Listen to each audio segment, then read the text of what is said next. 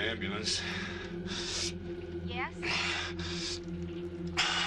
Medics. Medics, hurry. Where? Where are you located? That's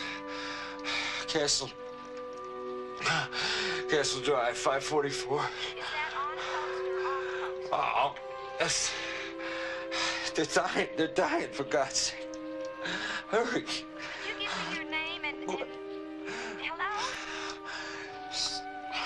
Hello, sir?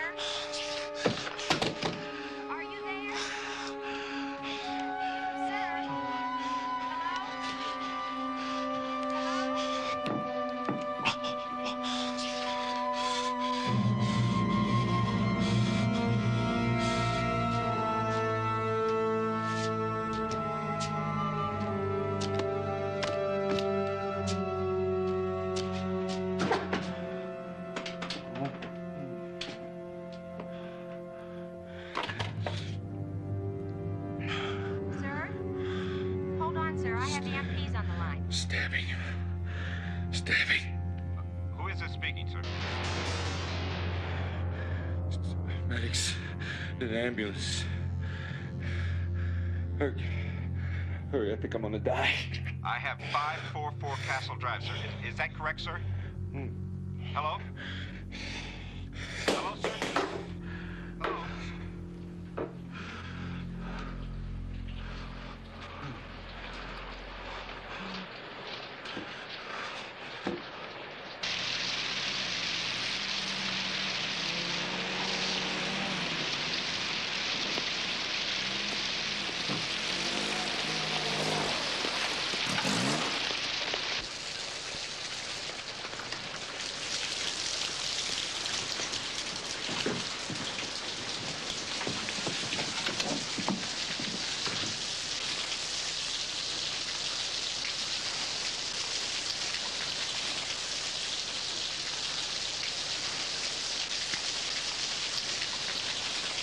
Oh, God.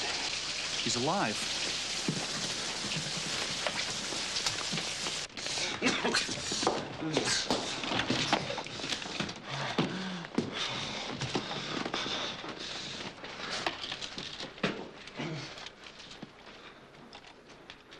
Come on through. Bring him through.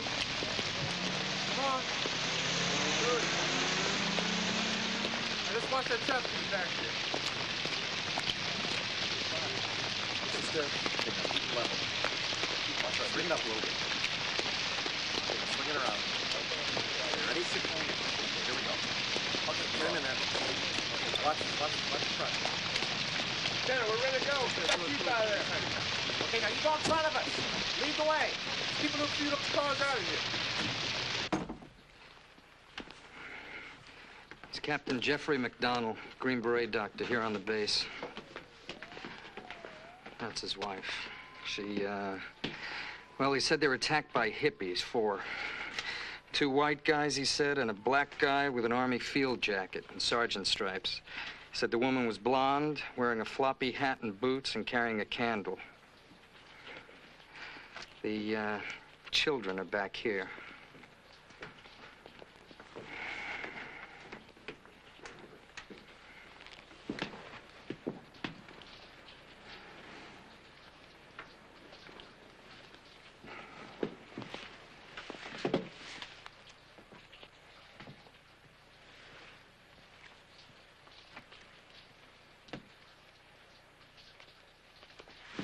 Keep your men posted outside until further notice. I'm gonna go talk to the neighbors.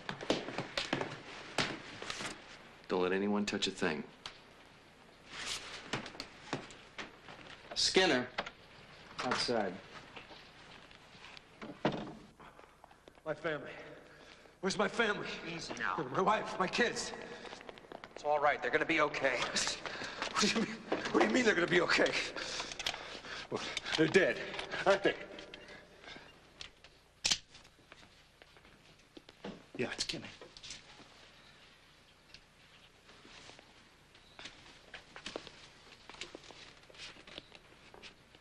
That's Colette. You need me anymore. Not right now. Oh. You said you didn't hear any disturbance.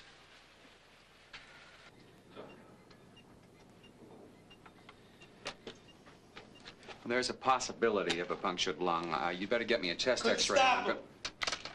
I couldn't stop. No, I couldn't. I couldn't stop. I couldn't. Tell the MPs.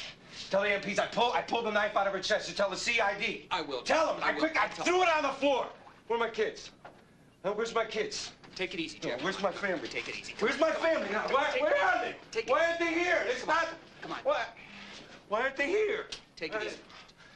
Where? Lie back. That's good. That's good. Where?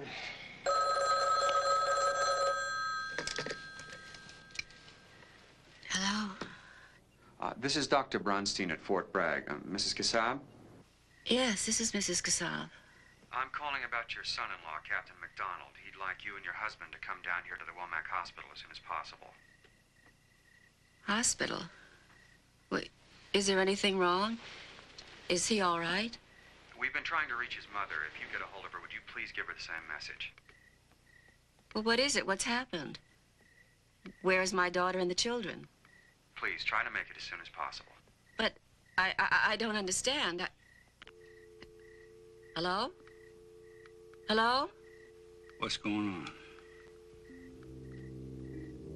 I don't know. I don't know.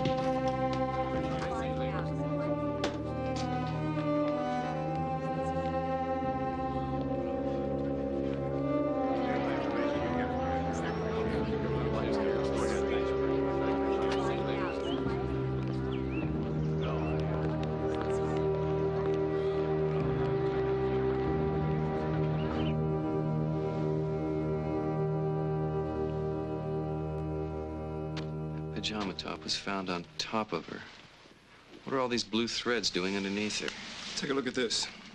I think it might have been torn from the finger of a rubber glove. It's bloody. He's going to be okay. There's no question. There's a puncture of his right lung. And we've inserted a chest tube until it's healed. But go ahead. You can go in and see him now. He's in room 171.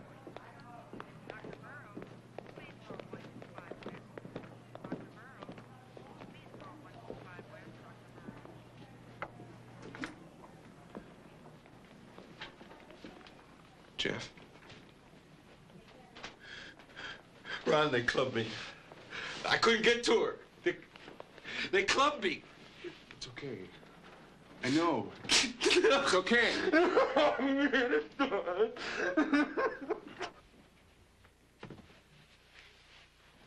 Bill, these blue pajama tops we found on top of Mrs. MacDonald's body? Yeah? Well, it's full of punctures. Dozens of tiny holes. Ice pick? Could be.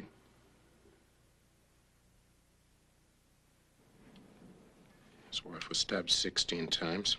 One of the wounds put a hole through her major pulmonary artery, and that's what killed her.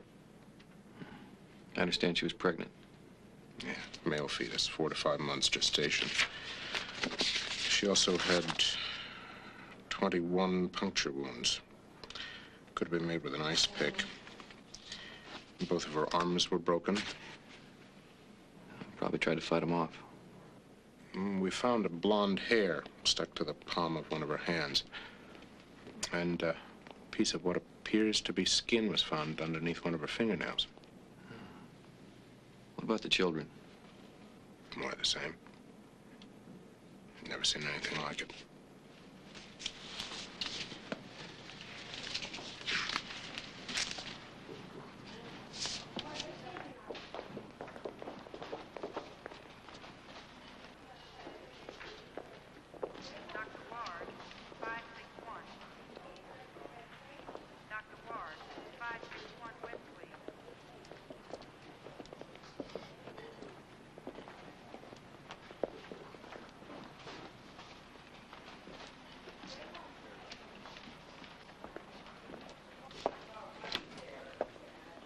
Jeff!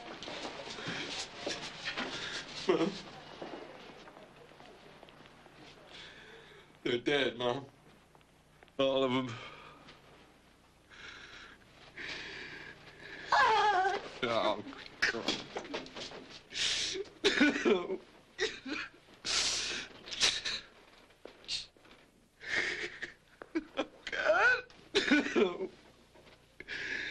They killed him. They killed him.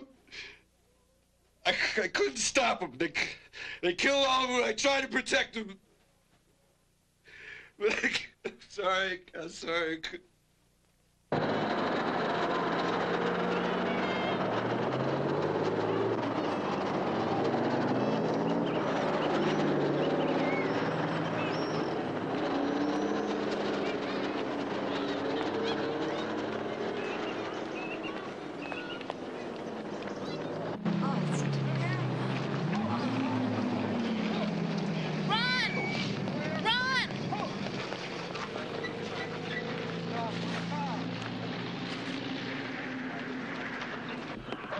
To do that. Come on. Hey, come on.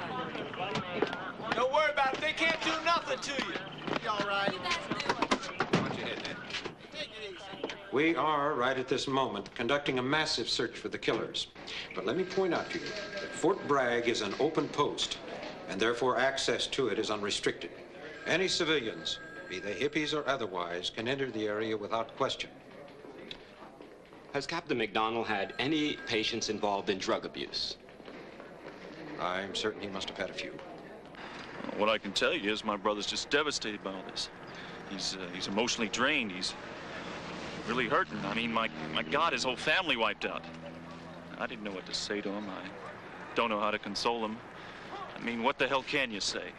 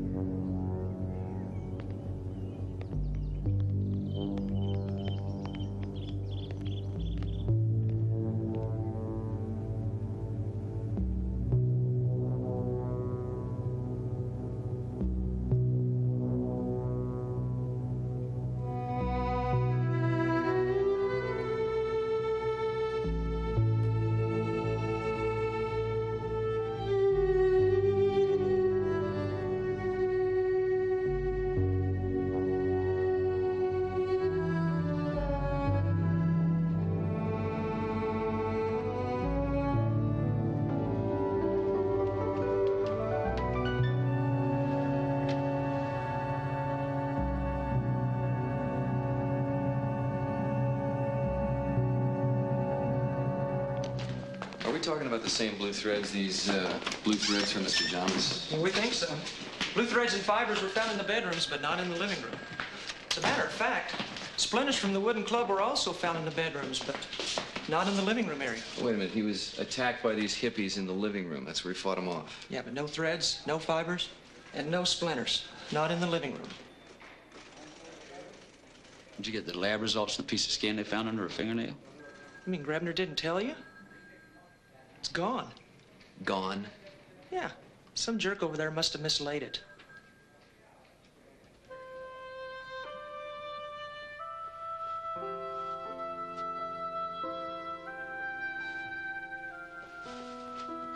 Ready? I'm going out for a little drive. Ready? Yes. When I woke up this morning and I found myself in this motel, at first I thought it was just a nightmare. I mean, just for a second. When I think of the children. I know. I know. I know.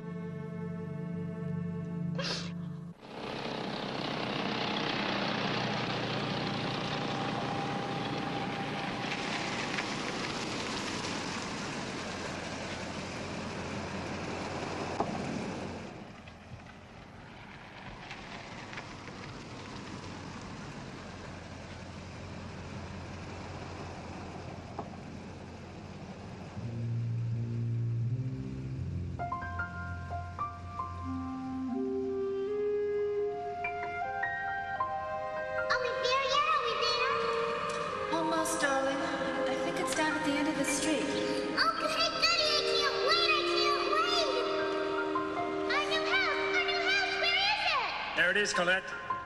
All right, now wait until we stop. Don't go jumping out. Hey.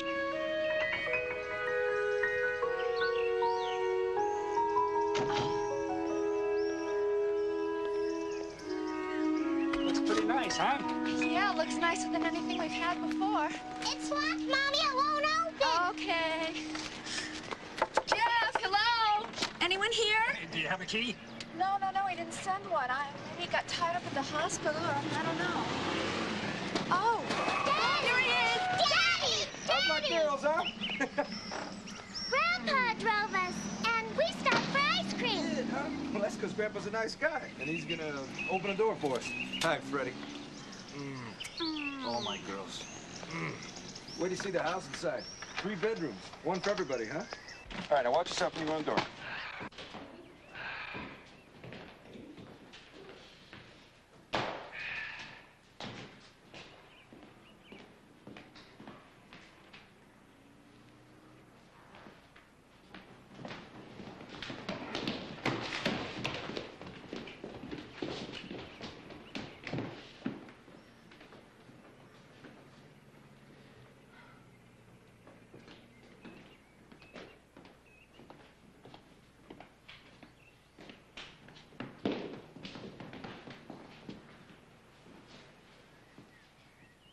Well,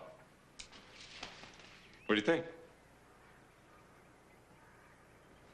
Jeff, it's empty. There's no furniture. I think you might be right. But you said that the Army was going to have it partially furnished by the time we arrived. I guess they goofed.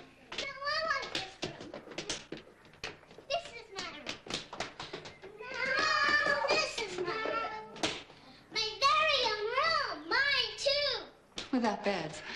Maybe you'd better stay in a motel tonight. Why? Why? Look, there's nowhere here where you can sleep. We'll get some sleeping bags. Bet you can. One to a customer. And from now on, we're all gonna stay together. Okay?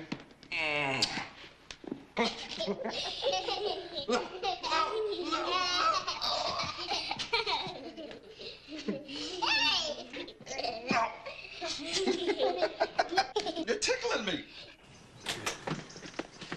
Do you have everything? If not, just mail it. It's great seeing you again, Freddy. I can't thank you enough for bringing the family on Are down. you kidding? I loved every minute of it. You keep in touch now. We will.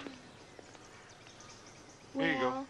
Give Mom a hug and a kiss for me. Well, don't I get anything? Take care, sweetheart. We love you. Everything's gonna be A-OK, huh?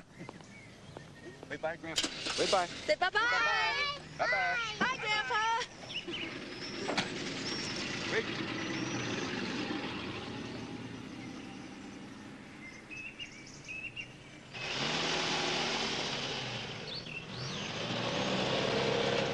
Move along, sir. Move along. I see. I understand. So what you're telling me is we haven't got a damn thing yet to go on. Well, not exactly. We've got MacDonald's testimony, of course, and we've been interviewing every hippie within miles of Fort Bragg, but the evidence... The evidence so far is non-existent. Well, pending further lab analysis, yes, sir, but it seems an awful lot like that Sharon Tate case out in California. You mean hippies breaking into a home? Well, they didn't break in this case. The back door was open. But we did find the word pig written in blood, and MacDonald said one of them chanted, "Acid is groovy, kill the pigs." Look, I want you two to keep right on it. The press is hounding me for a suspect. Oh, I'm giving MacDonald a few days' leave away from the base. Without escort, sir? We'll keep track of him. He's going off with his mother.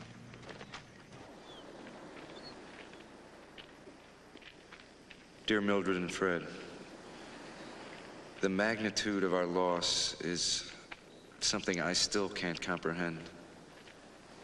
I know this won't help you in your grief, but I want you to know that I love Colette more than anything in the world. I know she was happy as long as we were together. And although my family is gone, it helps me just a little to remember that Colette and Kimmy and Christy and I had as much happiness in our short years together as most families have in a lifetime. Love, Jeff.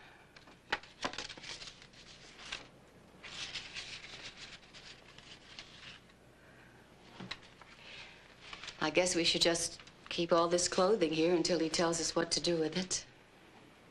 You know, I just can't understand it. 4 murderers walking around scot-free and the Army can't find them. I just hope the Army has some decent investigators there. I hope they know what they're doing. Well, I'm sure they must.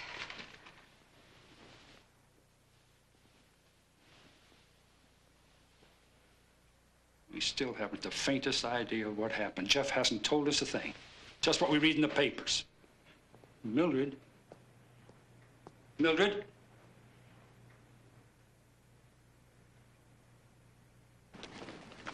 Left, flank, hook, right, flank, hook. Over there, hook. Wake up, wake up.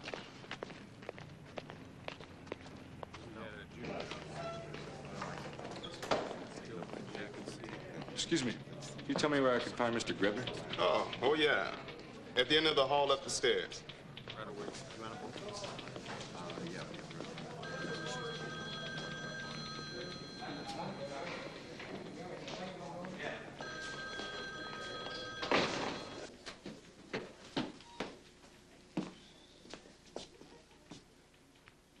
Excuse me, Mr. Grebner?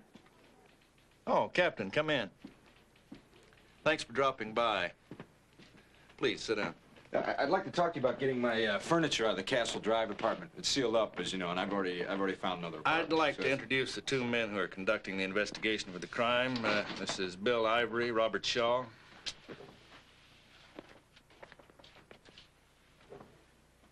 Coffee? No. No, thanks.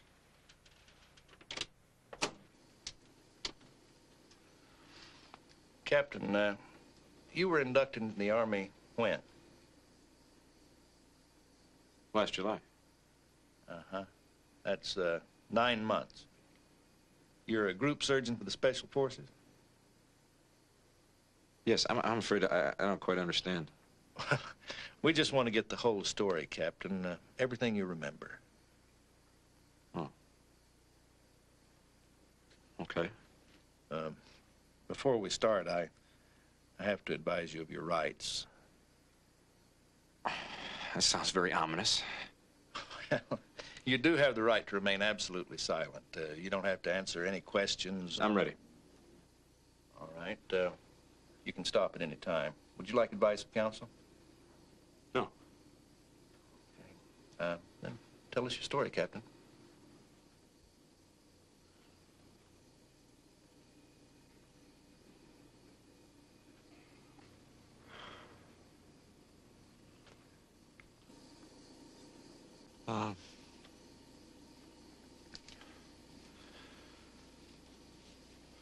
Let's see. Monday night, my wife went to bed. And I was reading. And I must have gone to bed about 2 o'clock. My little girl, Christy, had gone into bed with my wife. She'd wet the bed on my side, so I brought her in her own room. I don't remember if I changed her or not.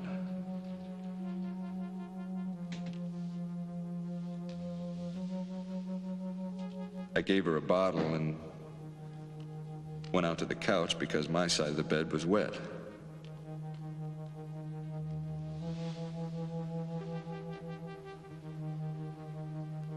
And I went to sleep on the couch.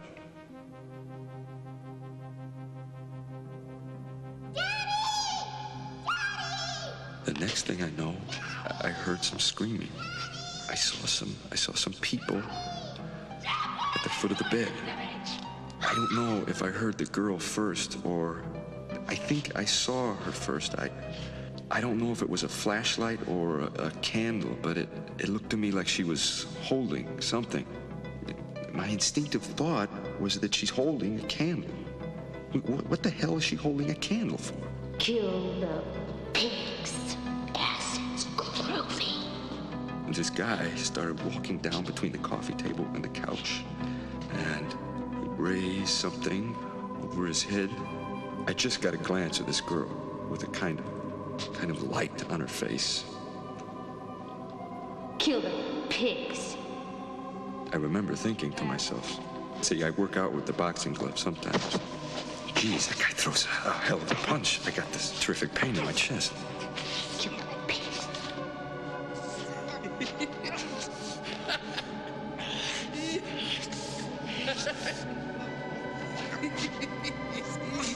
I was still halfway on the couch and half off. And I saw, you know, a blade. I didn't know what it was. I just saw something that looked like a blade at the time. I saw some legs, not covered like I saw the top of some boots.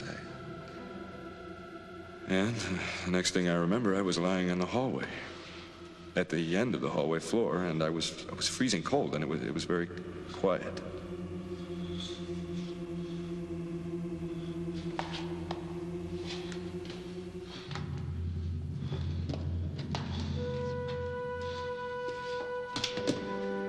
I had this, I was dizzy, you know? I wasn't really real alert. My teeth were chattering, and I went down and to the bedroom. My wife was lying on the floor next to the bed, and there was a knife in her upper chest. I pulled it out. I tried to give her artificial respiration, but the air was coming out of her chest.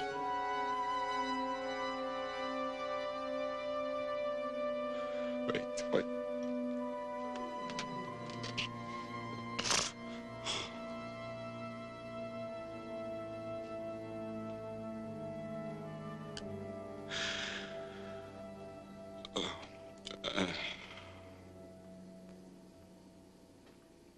They were, had a lot of, there's a lot of blood. I remember that I was finding it hard to breathe, and I felt dizzy. In any case, when I went back to check my wife, I then went back and checked my kids. And I checked for pulses and stuff. But I had all this, you know, blood on my hands. Where did this man strike you first? On the head? Right. I was just sitting. I was just sitting in bed, and there wasn't a lot of shouting or anything. I mean, she wasn't jumping up and down saying "kill him." I mean, there wasn't any. The point was that it seemed, you know, when you know, it's like in when you see Easy Rider. I made the mistake of going to see that film. They have all these stop action things, and that's what it seemed like to me. Captain MacDonald, you told one of our investigators earlier that you were wearing a pajama top and it got pulled over your head or something? Right. Well, all I know now is that I'm struggling now. And after the first time I was hit, I remember struggling with these guys, and my pajama top, I don't know if it was ripped forward or it was pulled over my head. I don't think it was pulled over my head because I don't remember actually like backing my head through it. But all of a sudden it's around my hands, and I remember it was in my way, and my hands were just sort of kind of just wrapped up in the thing. And I remember when I woke up, when I ended up laying on the floor, and I forgot to say that. When I woke up, my hands, they were still wrapped up in the thing and everything. And I took it off as I went into the bedroom. At the hospital, when they were looking me over, and there was all these little puncture wounds all over my abdomen, and I guess we came up with 14 or something like that. And a cut. Here. Was this from these assailants, these people that were in the house? Well, I assume so. You didn't do it yourself, did you? No. Well, and then they said to me, you know, well, we'll have to go get an X-ray. Now, when your chest is bubbling, you have a pneumothorax, and any special forces medic knows that, and any nurse knows that. Okay. We have 3 people here, overkilled almost, and yet they leave you alive. Well, maybe they assumed that I was dead. If we could drift back a little bit. You say in the initial assault there was screaming. Was it screaming, or were there... What, words?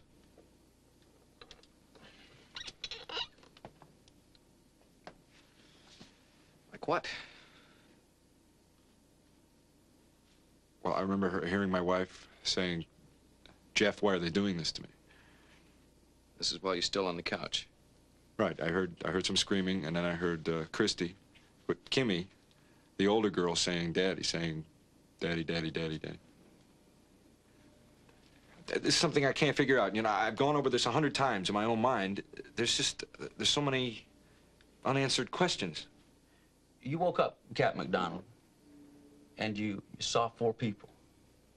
And at the same time, you heard your wife somewhere. Right. And you heard your daughter, right? So there must have been 2 more people at least. Well, I don't understand. You know, if they came in through the open back door, and by the time they got to me, I still heard screaming, or were there more people involved than 4? 6. Minimum 6. I know. In a house your size, that's a lot of people. I know. There should be... I know. There should be busted furniture, broken mirrors, bashed in wall. Oh, well, you people have more experience than I do, but I mean, I wouldn't necessarily expect that. Don't read anything into this, but if it comes to this, you willing to take a polygraph in reference to what we talked about here this morning? Sure, absolutely. Realize you don't have to. Sure, that's fine with me. You're a very well-educated man, Doctor, Captain, and I'm going to be fair with you. Your story doesn't ring true. I've been in the Army for 19 years, and I've studied a lot of crime scenes, and there's something wrong with this one. I've seen all-night poker parties that cause more damage to a room. For instance, do you see anything odd about that photograph? No. That's what I first saw when I went into the house that morning. Notice the flower pot. Standing. Uh-huh. Now notice the magazines and the edge of that table. I don't understand the significance of that. Well, Ivory and Shaw and myself all tipped that table over. It went all the way. It never landed on its edge like that. It's top-heavy. Well, couldn't the table have been pushed around during the struggle? Well, sure, it could have, but it would have been upside down when it stopped. Well, what are you trying to say? This was a stage scene. You mean I staged the scene? I think so. You think I'd stand up the pot if I staged the scene? Somebody stood the pot up. What you're telling me is that you're sitting there telling me that I killed my wife and kids. That's unbelievable. For God's sake, what motive do I have? Why would I do that for? I think we could conjecture several reasons, perhaps. You don't think that I was happily married? Well, I'm happily married, Captain, and I get pretty mad at my wife sometimes. Especially when I was younger and quicker to anger. You think I get mad enough at someone to do that? I've seen it happen before. Well, I'll tell you what it looks like to me. It looks like that you've run out of things and you've picked someone, the easiest one. That's what it looks like to me. You've got to get it solved before the fiscal year ends so that when you put the report in, you have a 100% solved rate.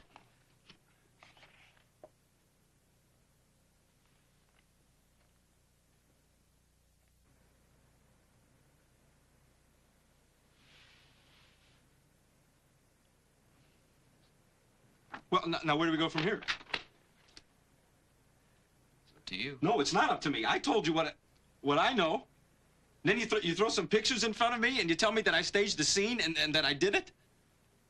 I don't know that you did it, Captain MacDonald. I don't know it at all. But my experience tells me that what you say isn't right. It took your office 6 weeks to question me about these things? We've been all over the United States tracing hippies and girls with long blonde hair. I understand that, but we've talked to thousands of people. Oh, man. This is a nightmare. This is like Edgar Allan Poe. I mean, apparently you don't know much about myself or my family to come up with that conclusion, or me, for that matter. What kind of man are you? Well, I'm bright and aggressive, and I love my wife very much. And I worked very hard, and I had a terrific family, and this is the most asinine thing I've ever heard. It's almost as bad...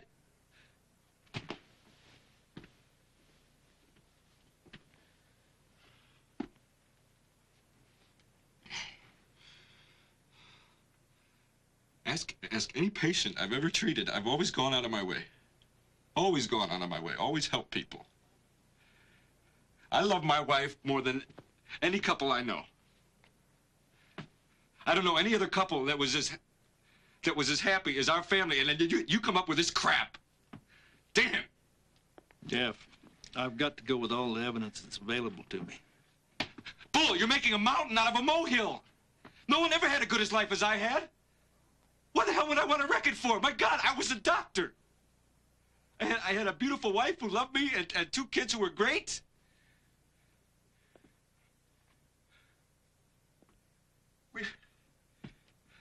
We were just over all hard times.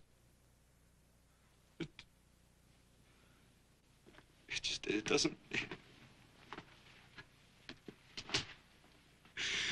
make any sense. It just doesn't make any sense.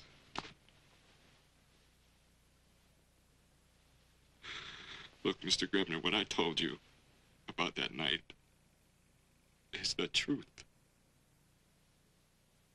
Some minor details might be hazy and confused, but the gist of what happened is what I told to the best of my ability. What would I possibly have gained by doing this? Gee. I mean, what would I have gained?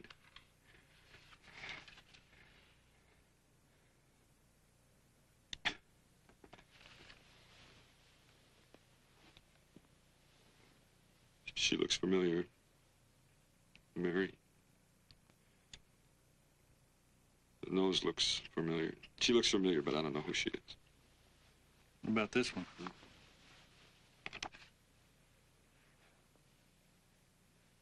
Looks like a girl in San Antonio.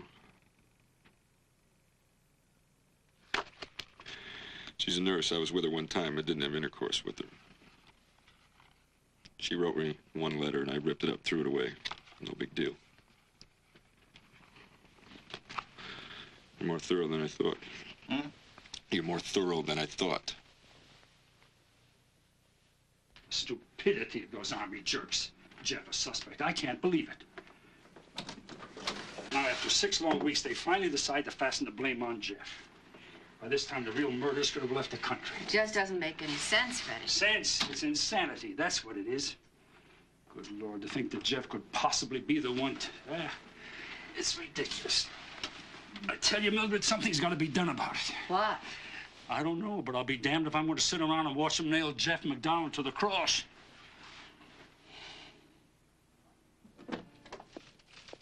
Oh, Miss MacDonald. Bernie Siegel. Mr. Siegel, good morning. A friend of mine suggested your Yeah, name. I know. He briefed me on your son's case. He needs a good lawyer. You won't believe what the Army's doing to him. You want to bet? Just because they can't seem to find the real killers. Sit down, Miss MacDonald. Miss MacDonald, what is your first name? Perry. Perry. Perry, I'm gonna ask you a pretty tough question. I hope you don't mind. Anything. I just want you to help my son. Have you asked yourself? No, I mean really ask yourself. Could my boy possibly have done this? Yes, I have. And? Not just me, but everybody who knows him will tell you the same thing. He couldn't have done it. He's a good man. I mean, good through and through.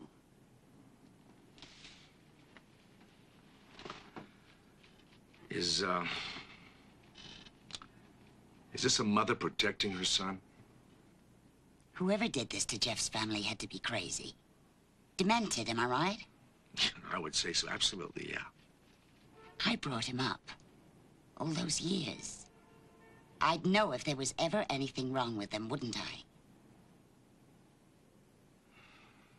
You want me to talk to him? Please. I have his number here.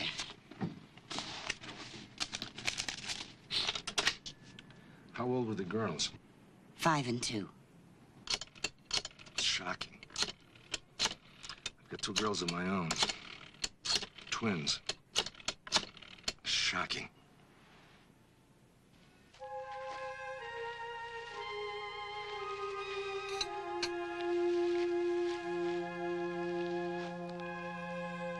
Dear Mildred and Freddy, this is unreal. This seems like Edgar Allan Poe, or at least Alfred Hitchcock. For them to come up with me as the villain is beyond my comprehension. I foolishly thought that only people who did wrong needed lawyers. I insulted the idiots when they questioned me on April 6th. Never insult small-minded men in positions of power. I guess I'm guilty until proven innocent, and I haven't even been charged with anything. Thank you for your support. You are wonderful people. I love the girls. Your girl. My girls. More than you can imagine.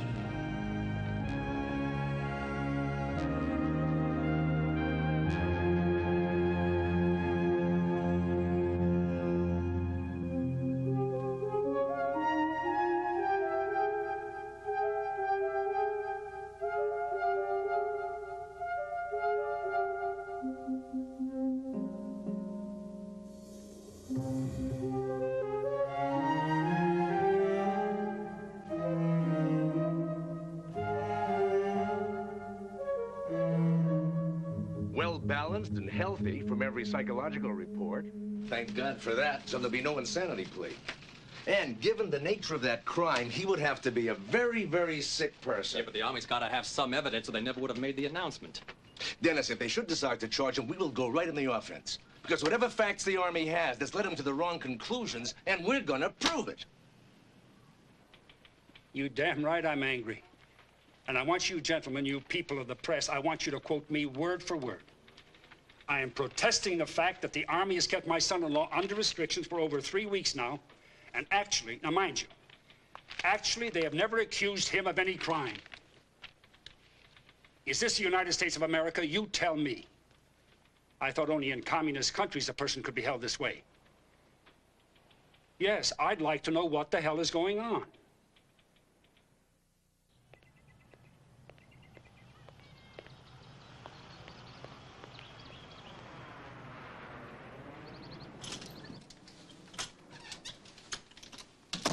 Mildred. Hey, Mildred. Well, I sure told him what I thought today. I don't know if it'll do any good, but I certainly... What is it? On the 6 o'clock news, they just said that the Army is charging Jeff with 3 counts of murder. Where's it going to end? Where is all this madness going to end? What do they want? Does Jeff have to die too? Ready? I'm going to call Jeff and tell him we're with him 100%, and we'll do everything in our power to help him.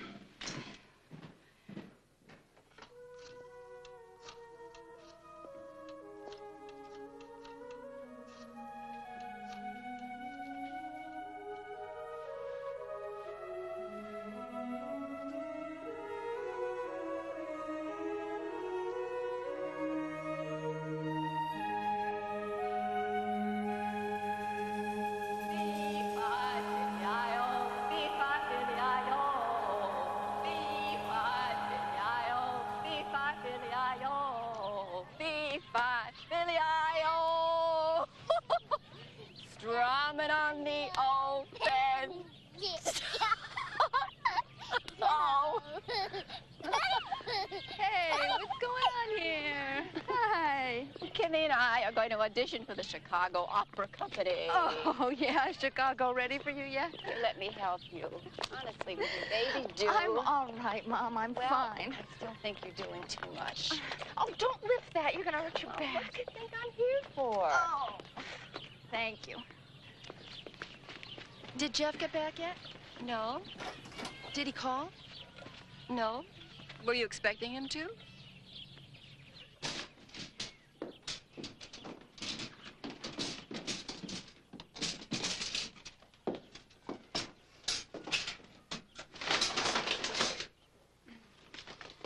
Everything is all right, isn't it? I mean, between you and Jeff. Colette?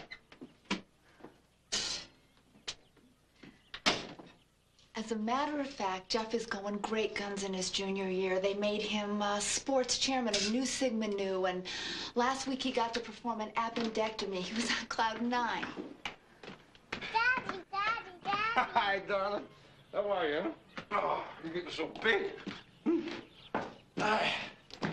Oh, boy, what a workout. Oh, at the hospital? No, on the track. Hi. Hi. I thought you were playing basketball today. Right. You know, for about an hour. Hey, would you fix me a drink? I'll be out of the shower in no time. You're working tonight? 9 o'clock on?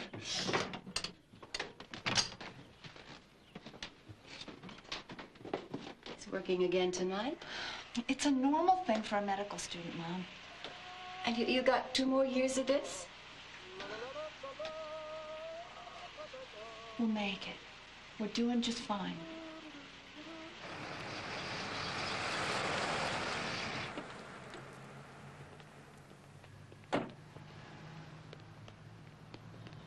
All right, wait right here, and I'll get a wheelchair.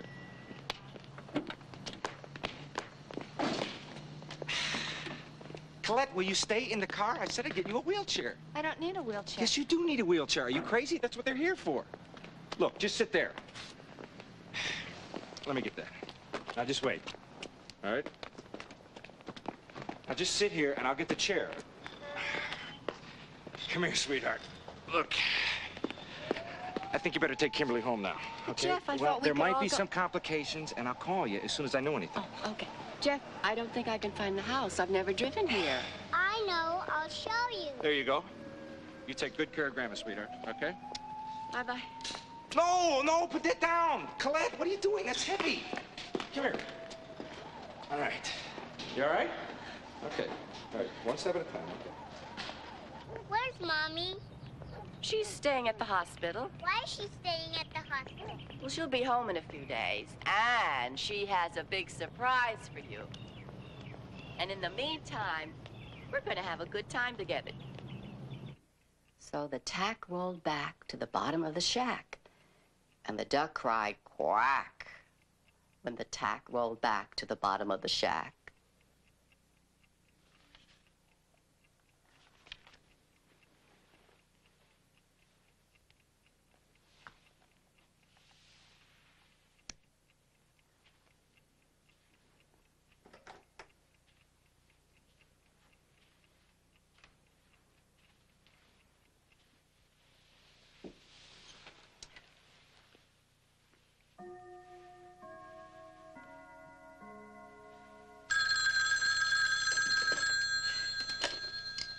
Hello? Yes, this is Mrs. Kassab. Yes, well, I've been calling trying to find out something about my daughter. I see. Oh, good. Is she all right then? Uh-huh. Well, tell Jeff if you see him that I am delighted that it's a girl. I'm telling you, when I got there this morning, she was in shock, and they weren't doing a damn thing about it. Where was her doctor? God knows. She had an arterial bleeder pumping blood into her stomach. I mean, she could have died. Oh, Jeff, I am so glad that you went to the hospital. Well, it's just a good thing I got there when I did. Oh. Jeff, how about... Never got time.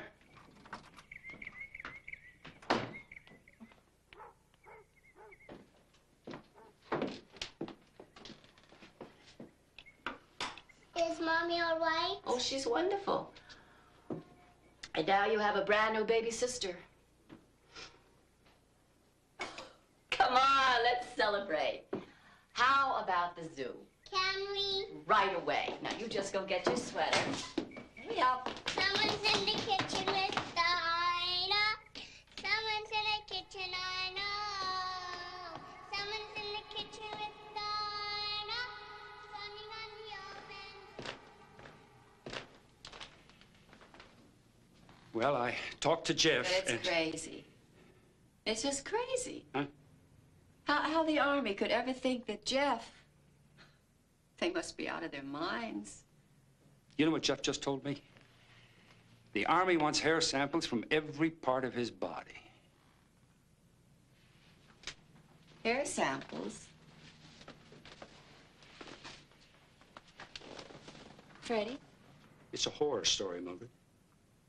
What do you mean, hair samples? It seems they found a strand of someone's hair clutched in Colette's hand. It could come from one of those crazy people who killed her. And they want to find out if it's Jeff's hair.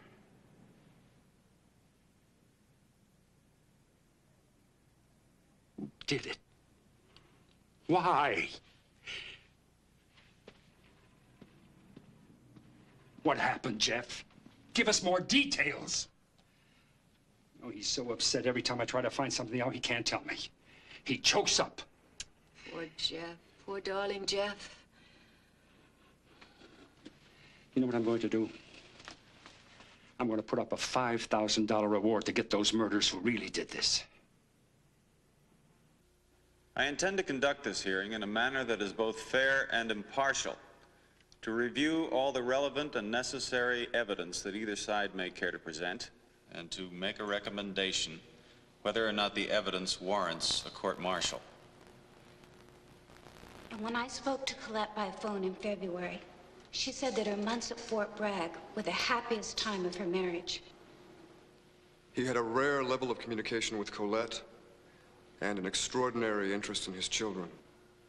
Well, based on my examination of Captain MacDonald, I don't believe he possesses the type of personality or emotional configuration to be capable of this kind of killing. Okay, Bernie. Good work. Jeff. Fred, I tried to get in. You know what the Army's done? They've closed the hearing to the public. I can tell you why. They don't want the public to know what's going on in there. They're afraid of bad publicity. Right, tell me what happened. Bernie killed him. I'm telling you, the government's case is in shambles already. How? First off, we brought up the fact that the Army had MPs coming in there that morning like a herd of elephants. They disturbed everything they could get their hands on. They picked up the telephone to make a phone call. Get this, Freddy. One of the ambulance drivers was the guy who put the flower pot up straight after telling me I staged the scene. Flower pot? They think the same guy grabbed my wallet off the desk. Yet it gets worse. Those dumb Army incompetents, they let the garbage men haul away all the trash. There's no way to check it out for clues or for evidence. I can hardly believe it, Jeff. There you go. Gotta go. Okay? Give me a hand here. I'll see you. I got room on the left side here. Look, Jeff, do you think you could get a daily transcript of the hearing for me? I don't know, Freddy. It's, Army regulations, all that. Please try. Well, okay. Okay, sure. Hey, did you see the TV coverage? We're gonna get really good press. Just terrific.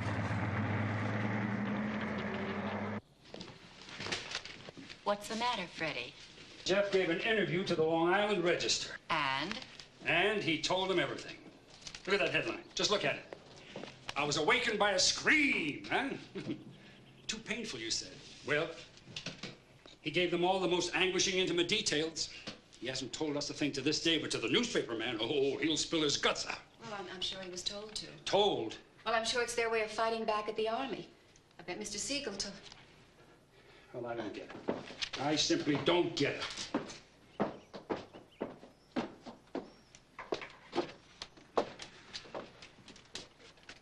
Hey. Come on now, hang on. Maybe I am overreacting. He's got his problems, God knows.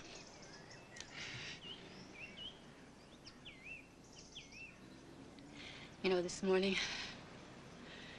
early this morning, I was watching the bird feeder. and a pair of blue jays strutting back and forth, and the sun just rising through the trees. And I thought, they'll never see that. Kimmy and Christy will never come to know all the beauty and the wonder of the world. They'll never know.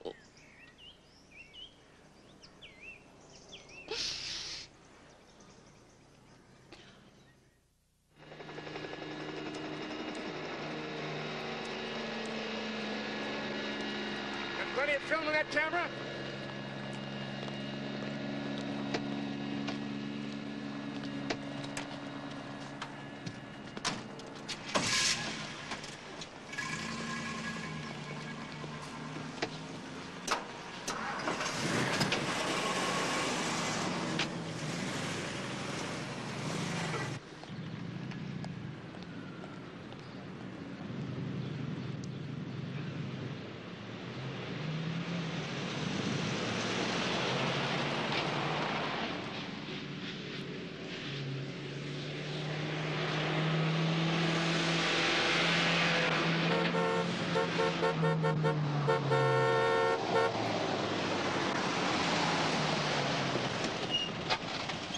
CID.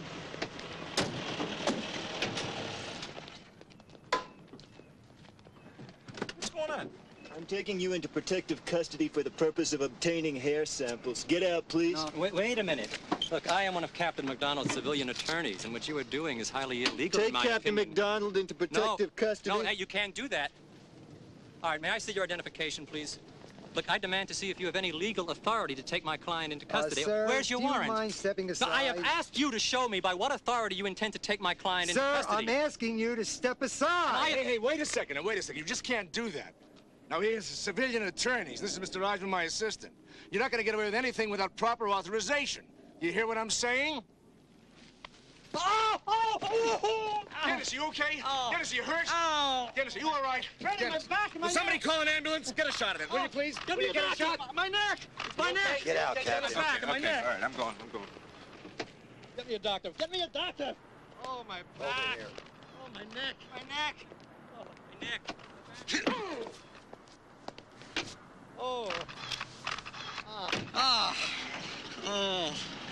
Oh, my neck. Got my neck and my back. As an animal. Oh, my neck. Oh, get me a doctor. Oh. Now you know how the Army operates, huh? Now you see, huh? Freddy, you wouldn't believe it.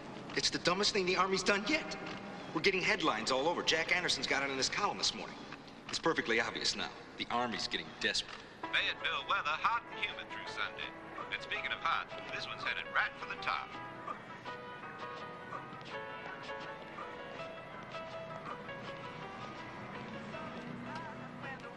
Sir, Mr. Siegel, my name's Posey, Bill Posey, and, well, I live in the Haymont section here.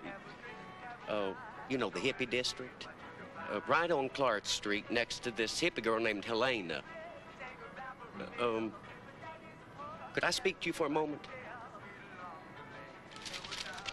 Yeah. Come on over here.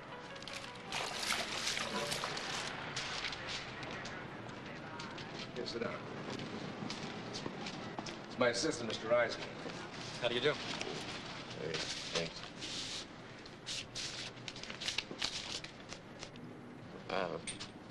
I read there was a $5,000 reward for information leading to the arrest of... That's right. This girl is always on drugs, you know. That's the hippie girl lives next door to him. She deals in drugs. She says she studies witchcraft, too. I don't quite understand, Mr. Bill Posey. Okay. Go ahead, Mr. Posey. Lots of times. I see her go walking around in high boots. She has a blonde wig and she wears a big floppy hat. But she stopped wearing them after that night.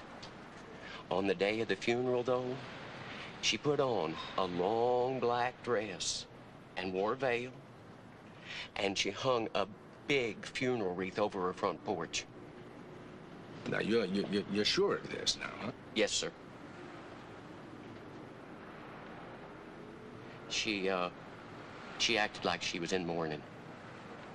She was just sitting around all day with burning candles all over the place. Did she tell you where she was that night? No, sir. She couldn't remember. Well, she was so stoned on LSD or mescaline, she didn't know where the devil she'd been or who she'd been with. Mm-hmm. But she did say. What? I asked her how she was getting on with her boyfriend. And she said, well, we can't get married until we go out and kill some more people.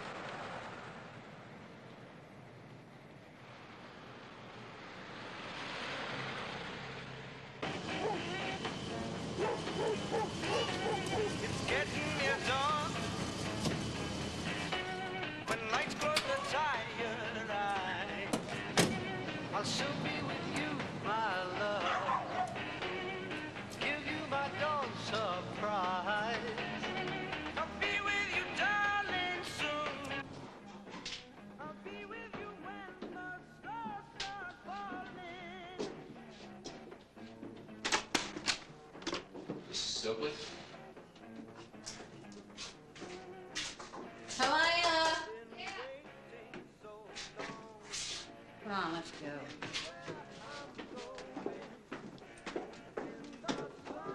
Miss Stokely. Hi, I'm Mr. Ivory with the U.S. Army Criminal Investigations Division. Oh. Well, hello. I'd just like to ask you some questions concerning the Jeffrey MacDonald case. Yeah, He's an Army captain whose family... I know. Well, according to a Mr. William Posey, you were out with friends the night that the MacDonald family, I guess. What are you writing? Nothing. Put it away.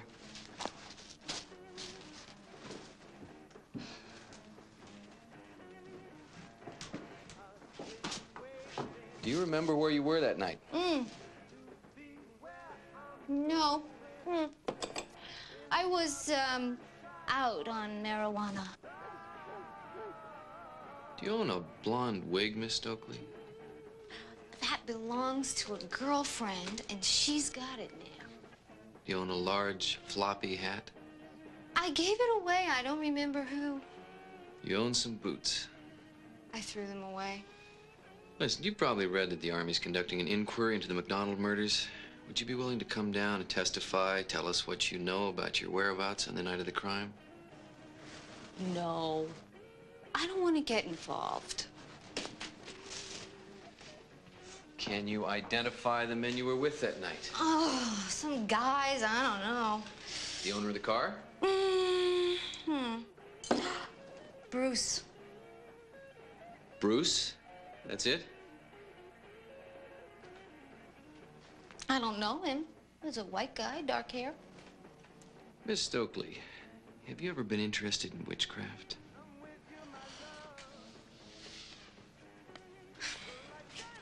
Some people say Yeah? that I'm a benevolent witch. But I'm not really a witch. It's just what they say. Were you in the MacDonald house the night of the murders? I don't even know where he lives. But you said you don't remember what happened exactly. We just went out riding. I don't know. How the hell do I know? That's what I'm trying to find out. I wasn't there, okay? I wasn't there. Mr. Ivory, I don't quite understand. Now, you said when you questioned Miss Stokely, you did not take any notes. No, I did not. I started to take notes, but she got very nervous, and I put the pen in the notebook away. Did she strike you as being frank, candid, and open? Yeah, she struck me as being frank. Candid and open, is that right? Yes. So you thought then that her inability to tell you the name of the owner of the car that she used that evening was a frank, candid, and open answer? Yes. So you also thought that her telling you that she couldn't remember where she was for approximately 4 hours because she was smoking marijuana was also a frank, candid, and open answer. Yeah, that's the answer she gave me. Well, you could have called her a liar, couldn't you? You could have asked her to be more specific about where she was and what she was doing that evening. Possibly I could have. But you did not, sir. No, sir, I did not. They were the happiest I'd ever seen them. He had more time to spend with the children, more time to devote to Colette. Sir, may I add one more thing? Mm-hmm. Yeah, oh, yeah, of course. If I ever had another daughter, I'd still want the same son-in-law. And what activities did you participate in high school? Football, basketball, baseball, track, key club, varsity club, biology club, president of the class, student council. And after you graduated, what college did you enter? Princeton University through a scholarship. Now, after medical school and your internship at Columbia Presbyterian, what did you then elect to do? I volunteered to come in the Army. Well, that's great, Jeff. I'm glad things are going well. But I'd still like to have a transcript of that hearing. Could you arrange it? Could you get it for me? Yeah, of course, I understand. You do your best, but I'm still working on the government to make it an open hearing. Sure. Jeff, you just hang in there.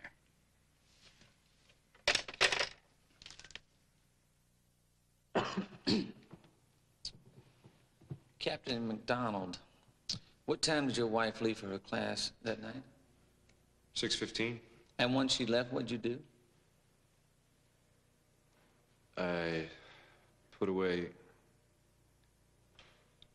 put into the sink some of the dishes from dinner.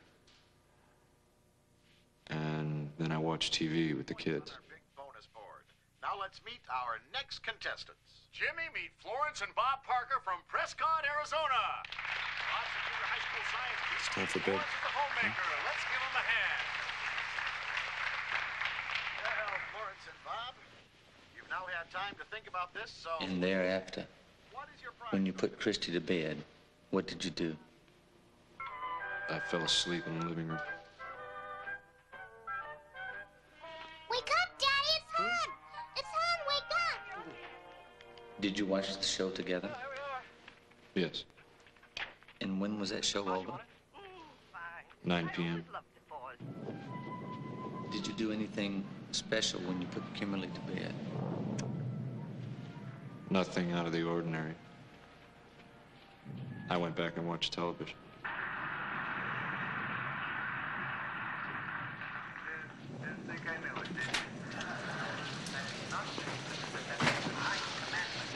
Hi. All quiet? All quiet. Kids are all tucked in. Gosh. Let's have a nightcap. What did she do when she came back? She sat there in the living room with me. Oh, no, I really love my child psychology class. I just wish that I'd taken it a long time ago. There you go. Thanks. What did you hear today about the trip? Trip? Yeah, you said that you might have to go to Russia as the physician for the boxing team. Oh, well, it's not definite yet. It's a wonderful opportunity, Jeff. Of course, I'll miss you with the baby due this summer, but I couldn't be happier for you. And then she went to bed? Yes. What did you do after she'd gone to bed? I finished watching TV. And then what? I washed the dishes. Did you wear gloves? I think I did. What kind? I don't remember. There was a heavy yellow kitchen type of glove and some surgeon's gloves that I had brought home. What time did you finish your novel? About 2 a.m.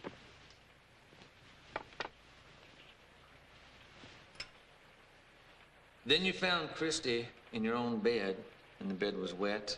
You took her back to her own room before you went to the couch to sleep. Yes. What specifically awakened you?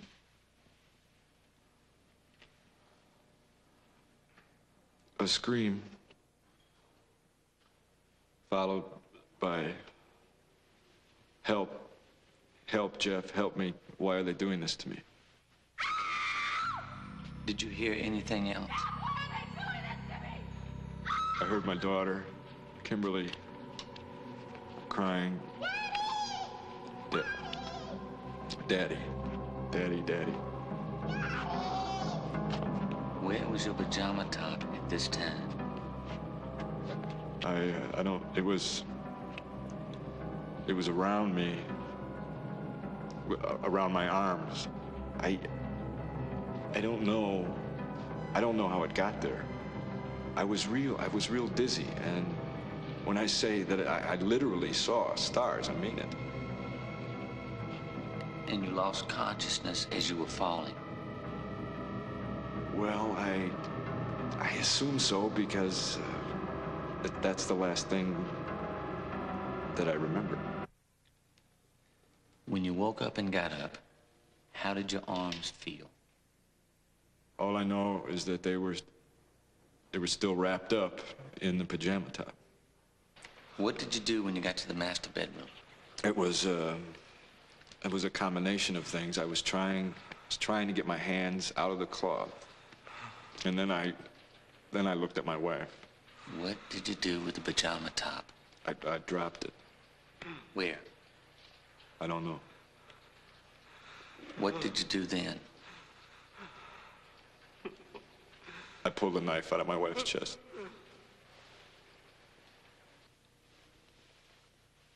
And then? I believe at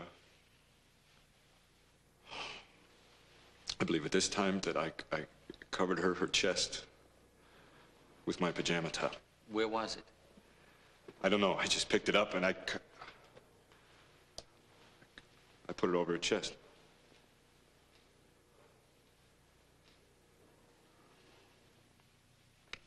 I show you Government Exhibit 84. This knife with a curved blade. Could it have come from your kitchen? I don't believe I've ever seen this instrument, so I would have to say no.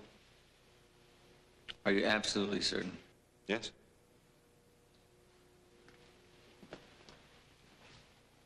The second knife, found at the scene. Exhibit 82.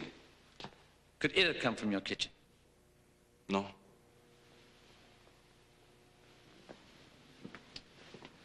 Exhibit 83. This ice pick. Have you ever seen it before? No. Are you certain? Yes. Did any of your drug patients ever threaten you? Yes. What were those words, if you can remember? I'm going to kill you, I'll get you. Things along that line.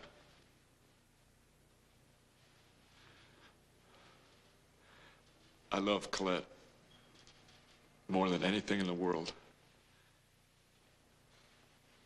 And our time at Fort Bragg together was by far the happiest period of our married life.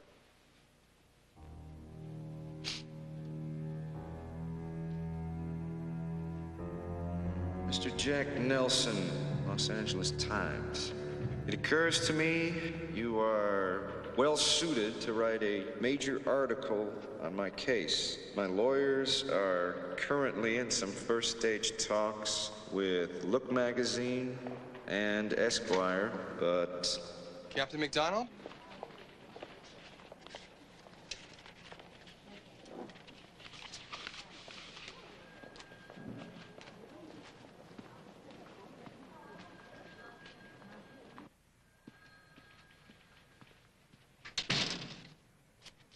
At ease, Captain.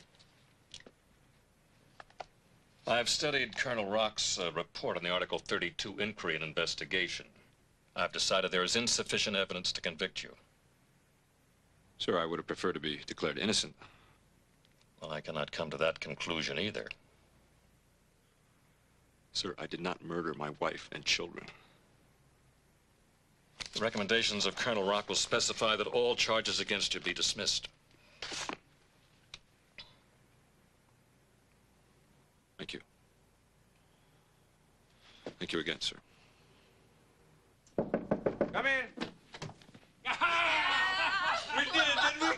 Congratulations, boy. Thanks. Oh, Jeff, we are so happy for you that it came out like that. Maybe they'll go after the real killers now. Yeah. You can put that in the article if you want to. They have always backed me up 100%. Do you think now you can get a hold of that Article 32 transcript for me? I'd like to read everything that was said at that Well, hearing. look, Freddie, I'm really busy right now. I got the television Sure, news of conference. course. I got to I get set for understand. it. But I just Captain thought maybe MacDonald, have now... you any plans for the future now that the Army's dropped? What do you think? Should I wear the greens or the khakis for the TV interview? Where are the greens? You're right. Sure. So what are your plans? I don't know. Listen, I'm not I'd sure. like to get that I'm hearing filled if I with could- such a sense of rage. You know, I'd like to get the people that killed my family. They ought to get the death penalty. Listen, he speaks for the both of us. What? That phone's been ringing off the hook. Look, I'll see you both later tonight, Sure, of okay? course. Okay, I can't thank you enough for coming by. We'll see you tonight, Good then, night. huh? All right. Congratulations. Okay, thank you. Goodbye. Take care. Bye-bye.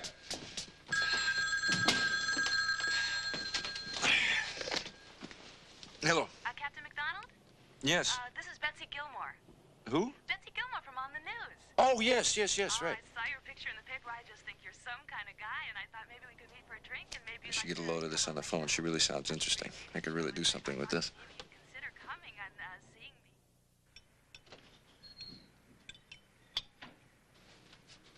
me. Freddy, where have you been?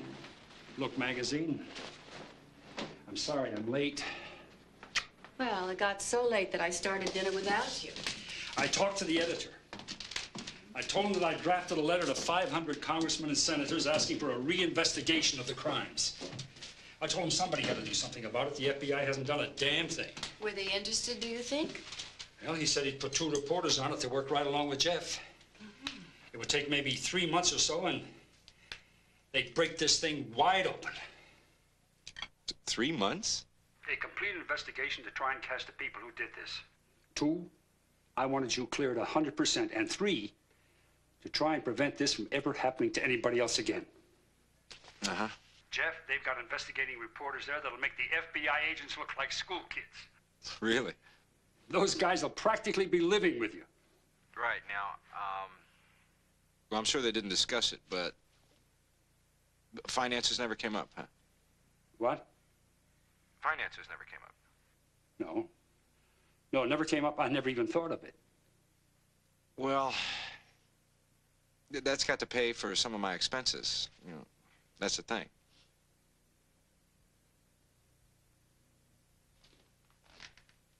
Damn. I'll be damned. Who the devil cares about money? He's talking about money, and we're trying to find the fiends who killed Colette and the kids. Well, I mean, is their story for sale? Is he trying to turn this into a money-making proposition? What about the transcript? Well, he said he was instructed not to give me a transcript of the hearing for fear of a court-martial. Now, that's a lot of baloney. I know it, and they know it. Honestly, Mildred, what the devil's going on here?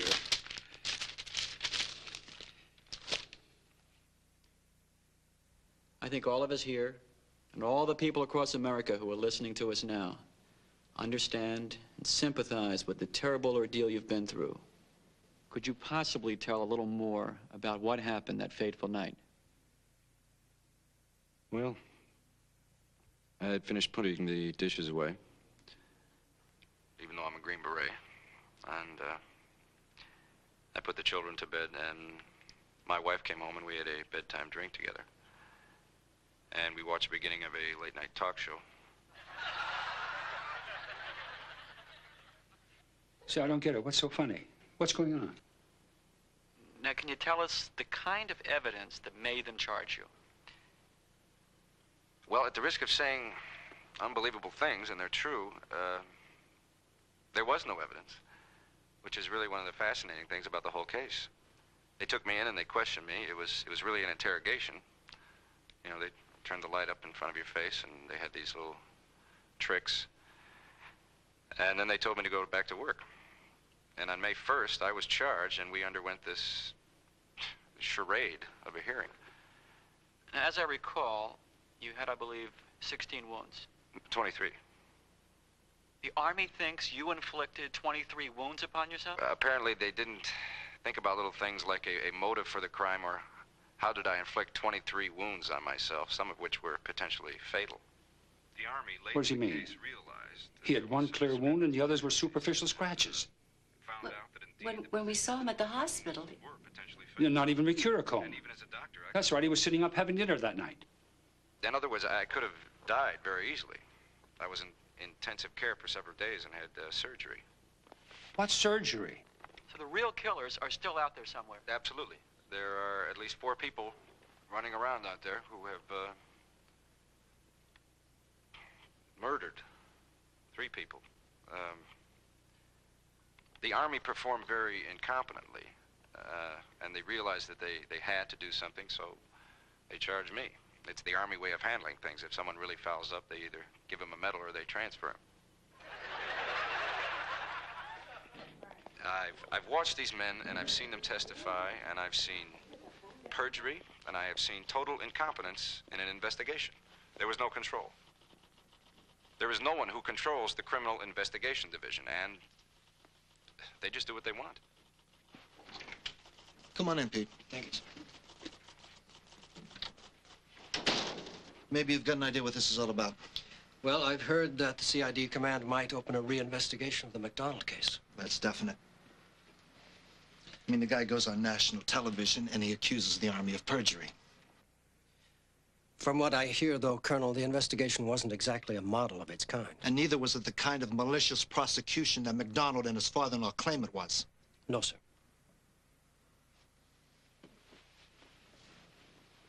Sir, what's the setup? They're going to assign us 8 agents. I'm putting them under your supervision. We can take as long as we want, and all the necessary resources will be available. Sounds like they're serious. Well, they fully expect us to produce enough evidence this time to bring about an indictment of the killer, or killers. And does that include the possibility of Jeff MacDonald? Let's put it this way. He's still a suspect. Sir.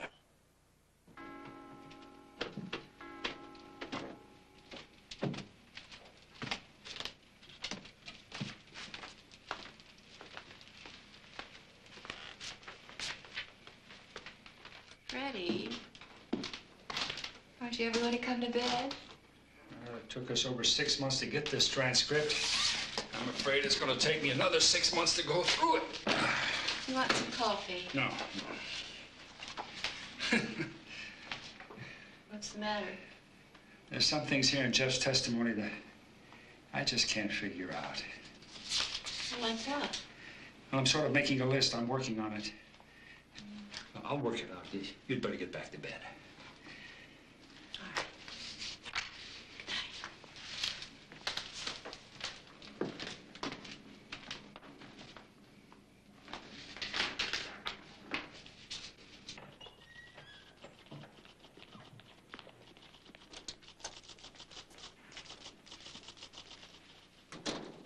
Well, did you find the Stokely girl? Yes, sir. She's in Nashville now. Do you want him to hold her? Yes, yes. Get a polygraph on her, if they can straighten her up enough. And have one of our agents talk to her. Yes, sir. I know them. Yeah. I'm not saying who they are. I know who the killers are, though. Why did they kill the MacDonald family? Some people do anything for a fix. But that doctor wouldn't give a friend of mine any methadone once. You know that. He wouldn't give him any. Who is this friend, Helena? I can't tell you that. Those people have suffered enough. Was he one of the men with you that night in the MacDonald house? I get this dream like I'm on the couch there, and he's standing over me. Who? He's got an ice pick, dripping blood. Go on. I don't know. I was on LSD and mescaline and grass, too. I don't know, but I get this dream. What dream, Helena?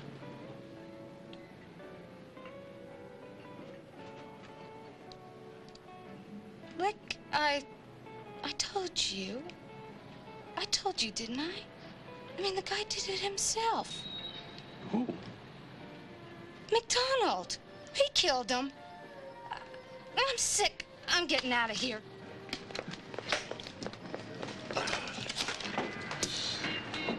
Hey, wait a minute. Wait a minute.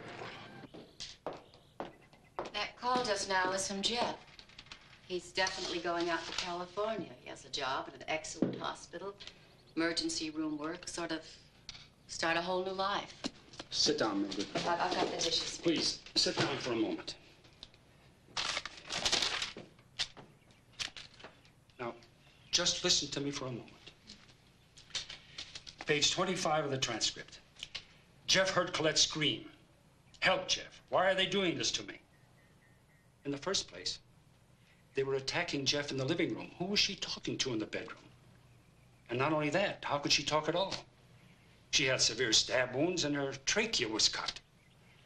Well, there must be some explanation. No, wait. Just a minute, let me go on. Page 29. Jeff said he was knocked back on the couch and felt like he was blacking out. Then why didn't they finish him off? They killed everybody else. Why was he spared? He ended up with nothing but a scrape on the forehead. Freddy, you're not saying... Page 26. Jeff heard Kimmy screaming, "Daddy. Daddy." She was crying "Daddy" with her skull crushed. Freddy. Freddy. Now, mind you, with all the blood that was in the bedrooms, they could hardly find one drop of blood on the living room floor. And that's where he was fighting them off, in the living room. Now, why? Why? I ask you, why? He said he washed dishes that night. He claims that he wore rubber gloves to wash dishes that night. Mildred, you and I both know we never saw him wash a dish in our lives, with or without rubber gloves. He used the kitchen phone to call for help. There was no blood on that phone. His fingerprints weren't on it. Freddy, I don't want to hear this. Oh, dear God, neither do I. Oh. I could go on and on and on. You know, I've got a list here of 123 statements which I know are false, or at least impossible to believe. I tell you, Mildred, his testimony just doesn't make sense. There's something wrong, something terribly wrong. Mildred, we've lost everything we've had. We had a family. And now, I'm telling you that if Jeff MacDonald did it, I will never rest until I see justice done.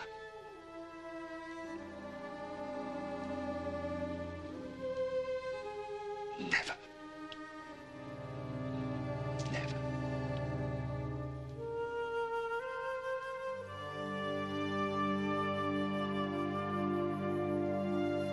Last call for Flight 89 to Los Angeles, leaving from Gate 10. Jeff? Jeff?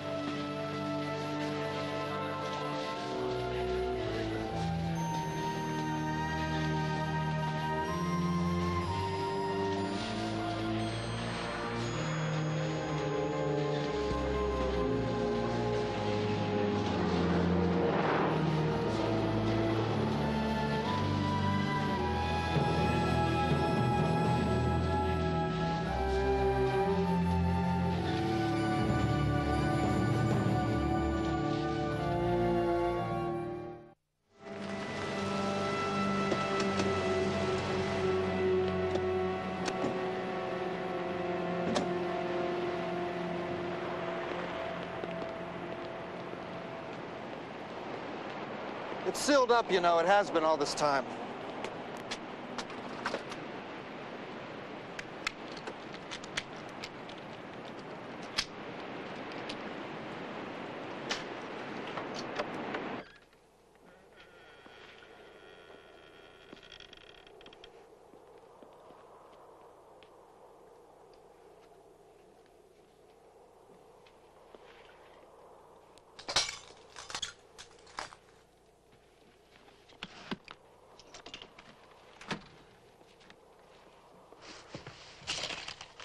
I see you've come prepared. I know word for word everything Jeff said at the hearing. And this is the only place I can verify those words. Well, Mr. Kassab? Call me Freddy. Freddy? Go right ahead.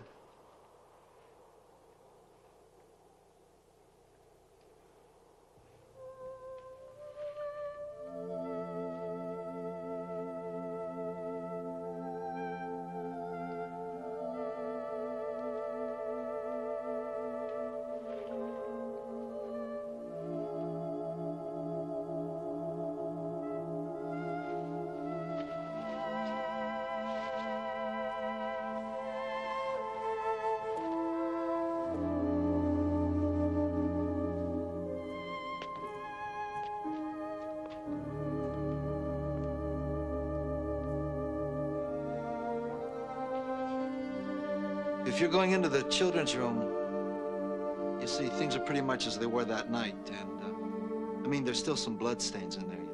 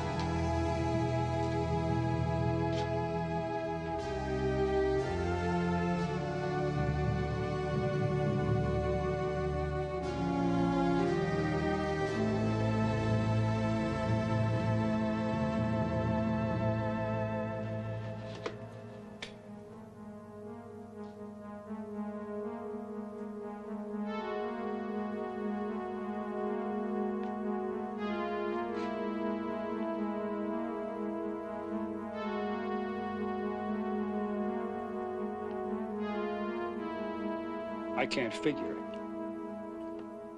No. What? Some threads from his pajamas were found over there beneath the bed. How the devil did they get there? Unless, of course, he was standing there or kneeling there when he wrote pig on the headboard.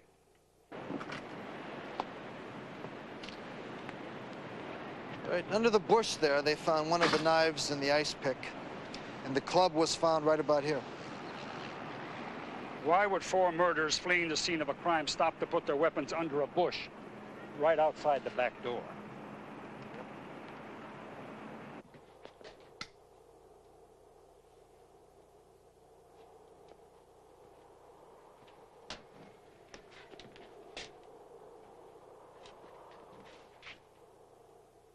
Those Valentine cards, were they there that night? That's right. Standing just to where they are now? Just like that. And he fought them off in this room? Right.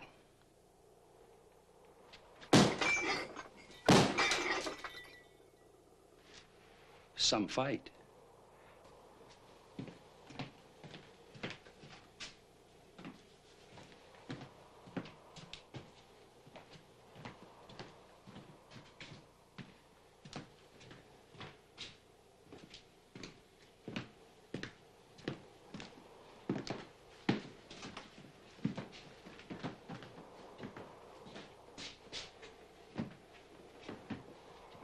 Impossible.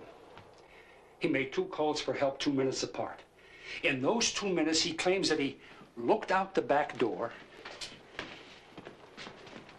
went to the bathroom to check his wounds, washed his hands, checked Colette for any signs of life, gave her mouth-to-mouth resuscitation, checked the kids, Kimmy and Christy, and then he staggered into the kitchen, maybe to wash his hands again. Impossible. Absolutely impossible. No one could perform all those functions in a 2-minute time span.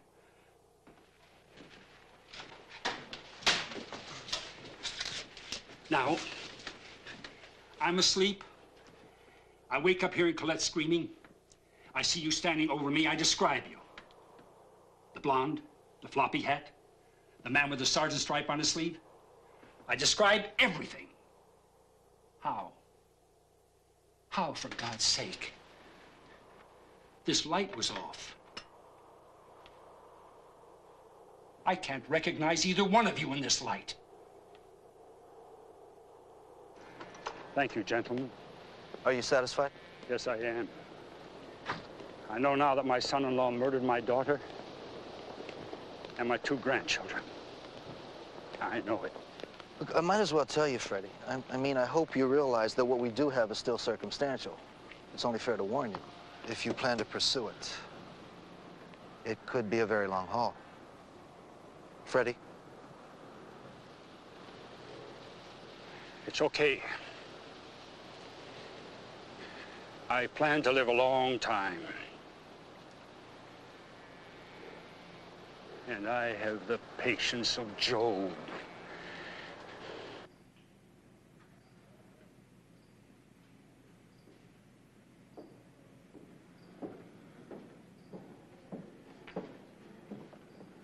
Dear Joe, I'm beginning to put my life back together. My work at the hospital and a relationship with the most sensual woman I've ever seen. She works for one of the yacht dealers in the area. The first time I saw her, she looked very prim and proper. Had her hair up, and there was no real hint except in her eyes of this incredible beauty and tremendous sensuality. Walking into the showroom, she stared at me and I stared at her. Our fates were sealed from that moment. 2 sort of passionate people, neither of which has had a very smooth life. And when we're alone, making love takes up a large proportion of our time.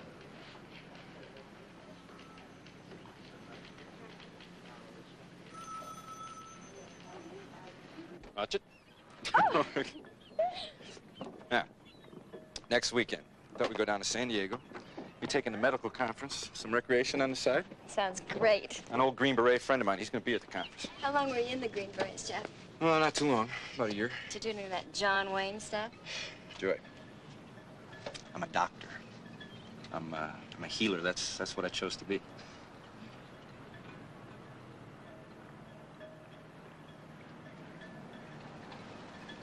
What was she like? Who? Colette.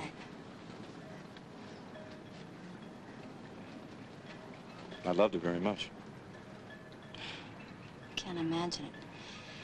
It must have been such a horrible thing. All that you've gone through these last...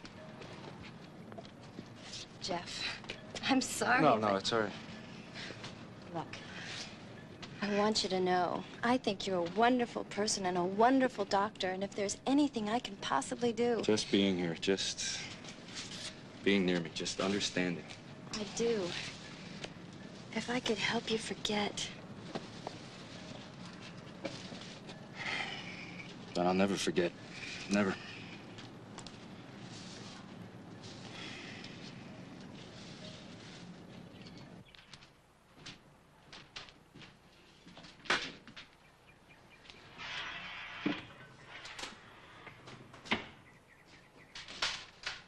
It's the Justice Department. What? They don't give a hoot in hell about justice. Is it too much to ask after 2 years and 10 months of reinvestigation to want the case to go forward? Well, it's going forward, by God. If I have to twist the arm of every congressman in Washington. Where are you going, Freddy? I'm gonna start twisting.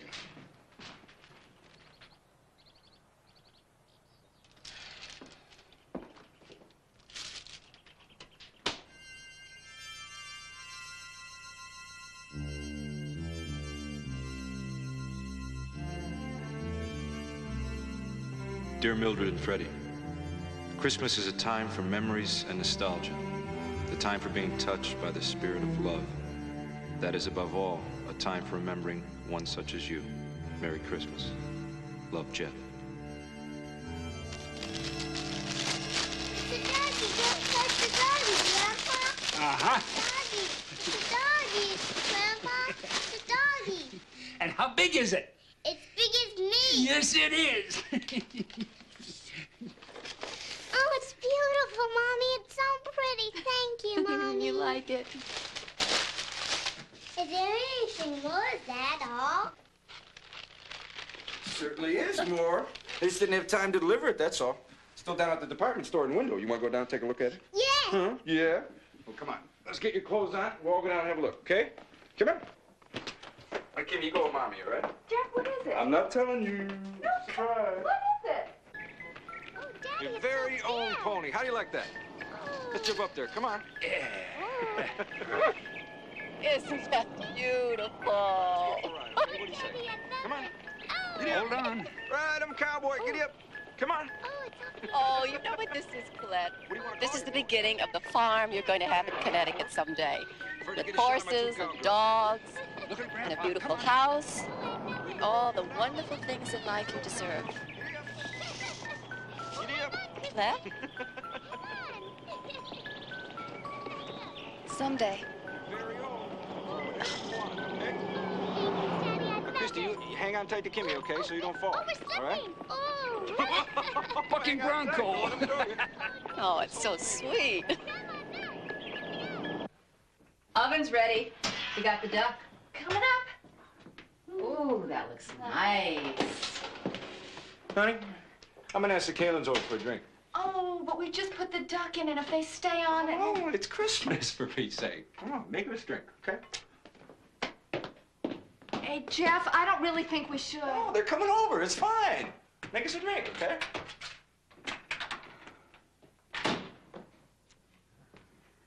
We'll need some ice. Right. Where's the ice pick? I got it.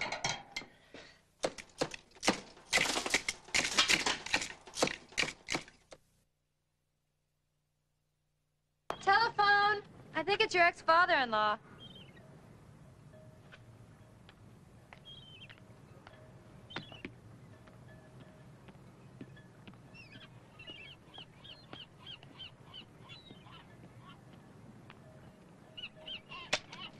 Freddie? Yeah, I want to know one thing. What is it you want? I mean, are you trying to crucify me? I don't know what you're talking about. I'll tell you for one thing what I'm talking about. A certain Long Island Register article under the headline saying, "Parents live to see a killer caught." You're absolutely right. We think of nothing else, nothing. Is that why you made up lies about me having sexual relations with someone during the Article 32 hearing? They're not lies. I believe them. Why? Because the CID told you it was true? Absolutely. Is that what you're telling me? I am telling you, Jeff, that I have a copy of an affidavit from the girl. Oh, Fred, I'm really disgusted. I mean, you will believe anything. You will grasp at any straw. I mean, you could have 14 affidavits from people, and if you think that makes any difference, you're crazy. I don't know what you're telling me, but if you're saying that I slept with a girl there every night in my room, that is the most absurd, insane comment. I hope you put that out, Fred, because if you have the audacity to believe something like that, then you deserve everything you get. I talked to the girl, Jeff. I don't care, Freddie. You talked to the girl. What the hell does that mean? If you think I'm going to bare my soul to people like you after what I've been through, you've got another thing coming. You're hurting innocent people. You're making yourself into a martyr, Freddie. You just won't let go. Time will tell.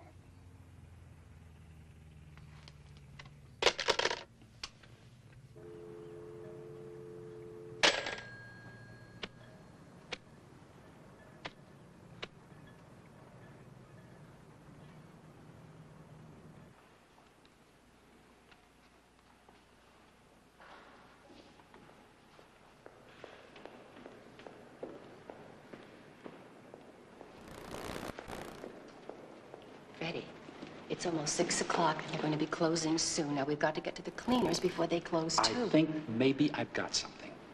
Now, you know that lawyer, Kahn, who talked about a citizen's complaint? Yes. Well, the thing is that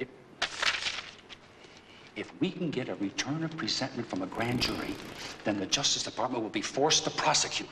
But how do... First, we file a citizen's complaint charging him with 3 counts of murder. And then what we do is we...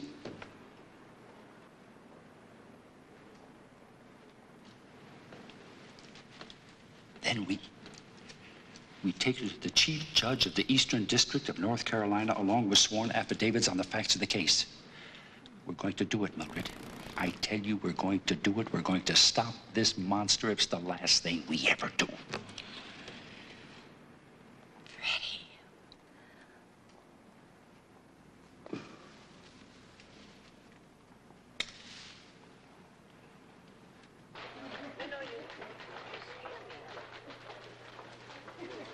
let me sort of warn you, Freddy. Victor Warheide is, well, he's a little eccentric, but he's still the best lawyer they've got in the Justice Department. Through there. Come in.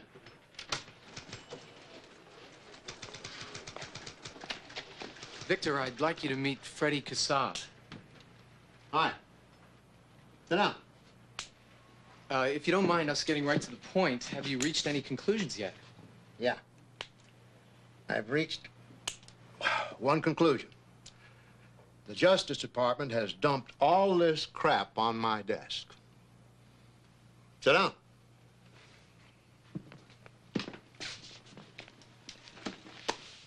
It seems a citizen's complaint's been filed, and the criminal division has asked me to review it with a view toward grand jury action. So what do we have here?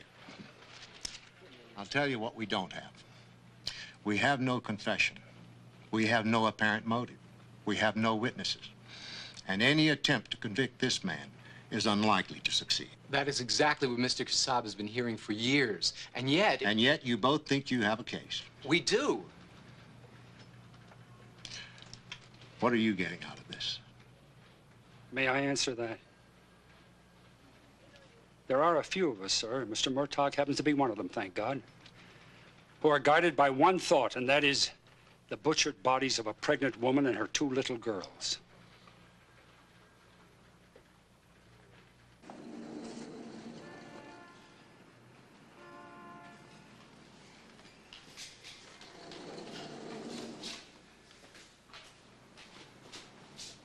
Paul?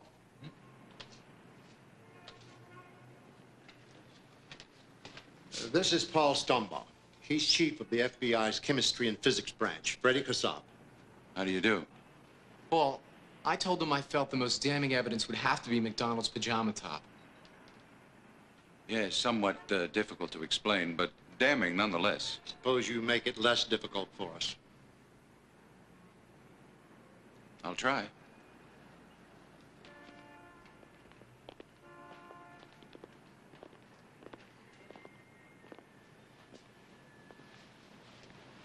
This is a blue pajama top similar to the one that he wore.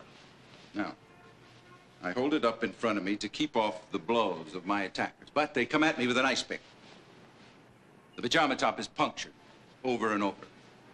We carefully examine those puncture holes in the actual pajama, every one of them under the microscope. And? Not one single puncture showed the kind of ragged tearing that would occur if the pajama top had been in motion. Each and every hole was a small, clean puncture. The pajama top had to be stationary at the time? In my opinion. Where? Well, it was found on top of Colette's body. You think he stabbed her there, through the pajamas? She had 21 ice pick wounds. We discovered that if you fold the actual pajama the way it was found on top of her body, the clean cut holes match the pattern of the 21 ice pick stabbings on her body. Oh, I'm sorry, Mr. Kassab. No, it's all right. The pajama top gives us another piece of very conclusive evidence. He said that the pajama was torn before he went back to see Colette. Torn in the struggle with the hippies. We can prove that Colette's blood was on it in a perfect pattern before the pajama was torn.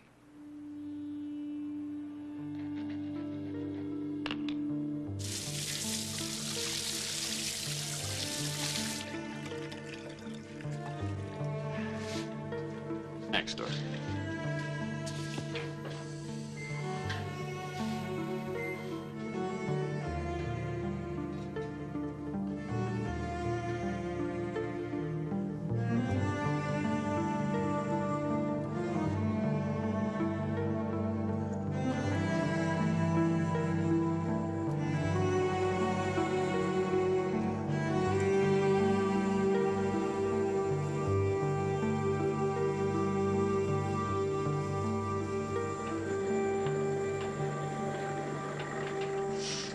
Some coffee, Dr. MacDonald? No, no thanks, Debbie.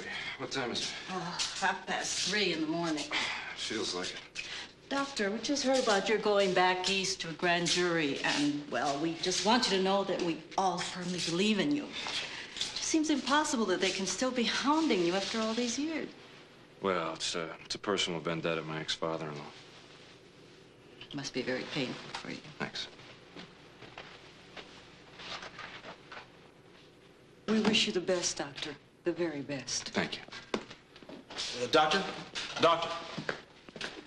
I just called his folks in Seattle. I told them he was going to be okay. Well, the bullet deflected. I missed his heart by a fraction of an inch. He's only been on the force a couple of months. Listen, I just want to thank you personally for pulling him through. You know, they told me it was going to be a 50-50 thing coming in here, and... Anytime, Sergeant. I do mean that. Any hour of the day or night, if any one of your officers gets hurt in the line of duty, I want to be there. Okay?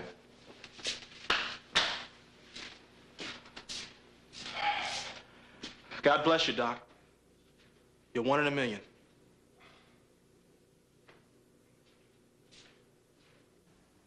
Earlier in the day, you testified that as a babysitter for the MacDonalds, you thought that they had an ice pick in the house.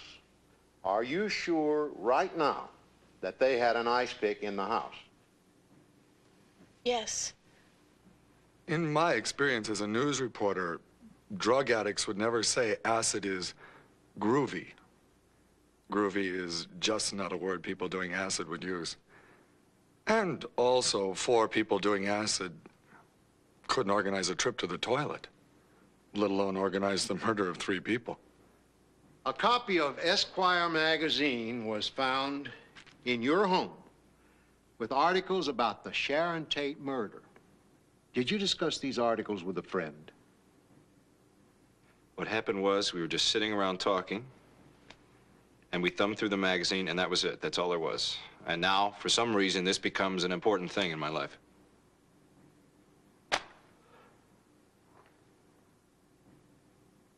I ask you again, Doctor. Will you submit to a polygraph or sodium amytal examination? My lawyer says that it would be dangerous for me to undergo a sodium amytal exam.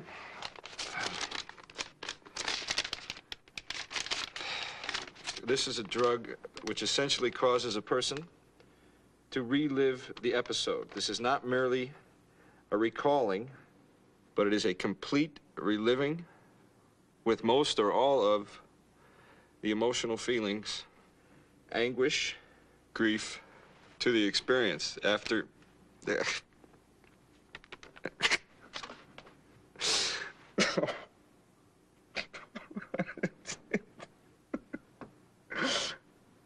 Take your time, Doctor. Take your time.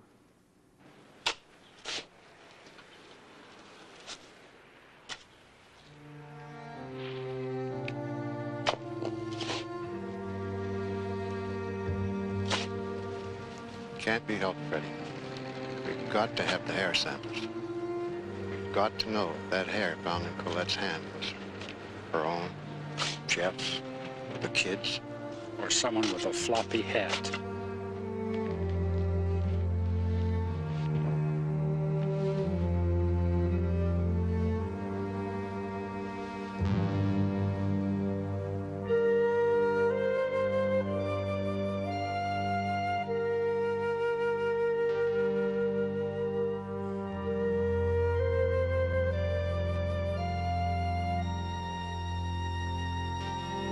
Gentlemen, the hair was her own.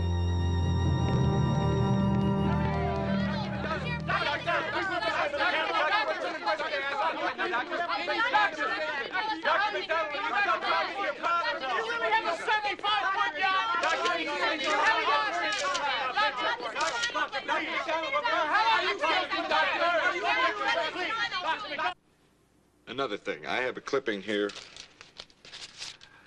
about the graves of my wife and children, and I'd like for the grand jury to see it. It is indicative of how this case has been handled from the beginning to the end, because no one asked the husband or father whether these graves should be opened. What you did was, is you sleazy jerks paid off 6 grave diggers $50 apiece not to say anything. Doctor, what exactly is a paranoid-type psychosis? This is when an individual becomes convinced that his particular view of reality is absolutely the only correct view, and that anyone who disagrees with it is completely out of touch. Now, Doctor, in regards to this particular case, the MPs who came to the home and found an emergency situation, the CID agents who conducted the investigation, the medics who came and gave first aid, the hospital staff who treated him, might his psychological pattern be expressed by the attitude, they're all bunglers, they're idiots, they're stupid, they're jerks, they didn't do things right, they're incompetent? Yes. Also, during the psychological testing I conducted, his behavior was quite inappropriate, revealing an attitude I would call paranoid-like. Can you explain that, please? It was the conveying of contempt, of disparagement for the examination, the examiner, the whole process that was going on at the time. My brother's getting a raw deal. Is that it? This whole thing's a sham, a farce. Is that it? This whole thing is rigged from the beginning. Is that it? Look, as far as you and all these investigators, I'm on the 20th floor, and I think you're a pile of garbage. I didn't know they piled it that high. I object to the badgering of my relatives to get some testimony. One of my relatives was told that the only time that I broke down and cried was discussing the sodium amytal examinations. That's absurd. Who allegedly made that statement? That creep who works for you, that little viper. All right. That little guy who doesn't have the politeness to introduce himself or doesn't know any of the social amenities. Now, I take it as a doctor you collected medical supplies. I had a large hall closet that had a lot of medications, first aid equipment. Did you have any pills that some people refer to as uppers or downers, so on and so forth? There was a bottle of escatrol diet pills, which had some amphetamines in it. And Colette was using Benadryl occasionally for sleep.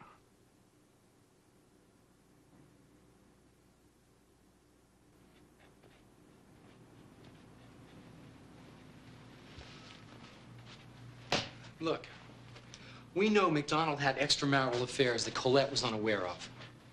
So what? Huh? Extramarital affairs do not prove the man's a killer. He lied about it. Just like he lied about going off with a boxing team to Russia when he just wanted to get the hell away. So he lied to his wife. Who doesn't now and then?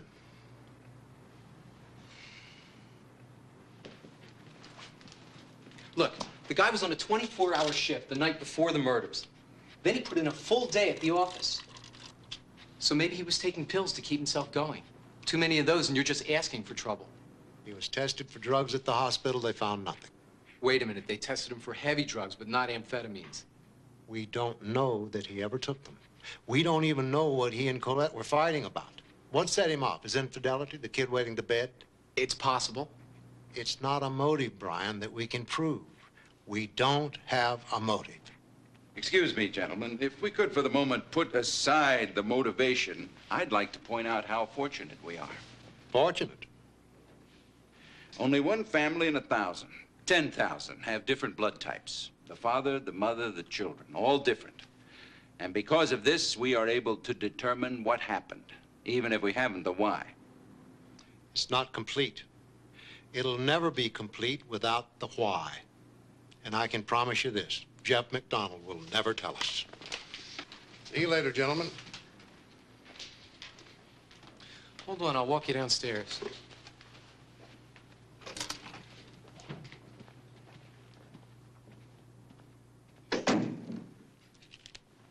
The blood. What's that? You mentioned the blood types. That's right. Colette type A, Jeffrey type B, Kimberley type AB, Kristin type O. Don't you think that's too confusing to a jury? On the contrary, it means that we can trace MacDonald's movements throughout the apartment. It means that we know Colette left the master bedroom. Do it. What? Take your A's and your B's and let me know what happened. I want to know exactly what happened. No, that can't be done, Freddy. Not exactly. But given our chemical analysis, I can come about as close as anyone can get. Good. Tell me. Look, are you sure you really want me to? Tell me.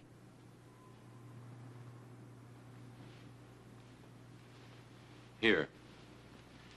Started here in the master bedroom, after Kristin had wet the bed and gone back to her own room. The hairbrush that was found by the side of the bed, it's quite possible that the very first moment of violence came from your daughter hitting MacDonald with that hairbrush. We know that he had a slight abrasion above the left eye when he was admitted to the hospital. At this point, Colette was bleeding from the nose and the mouth, and the blood was spreading out all over Jeffrey's pajama top. The pajama top was ripped open and the pocket was torn off. And it was here we found the largest number of pajama threads and fibers. She found a knife nearby and used it to protect herself, making cuts in the pajama top, dull tearing cuts that would be made by a knife of this type. Kimberley heard the struggle going on and came into the room. A neighbor was awakened by her dog barking, said she heard a woman screaming and a child crying.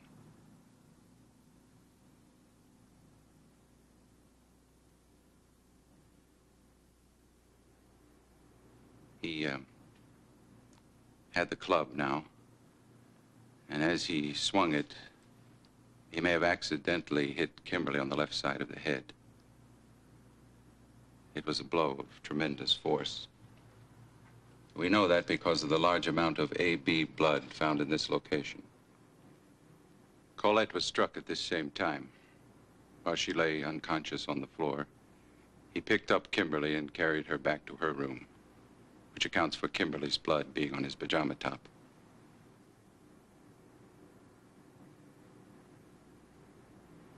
He was still wearing the torn and blood-stained pajama top, and 19 threads of it were found in the child's bed covers.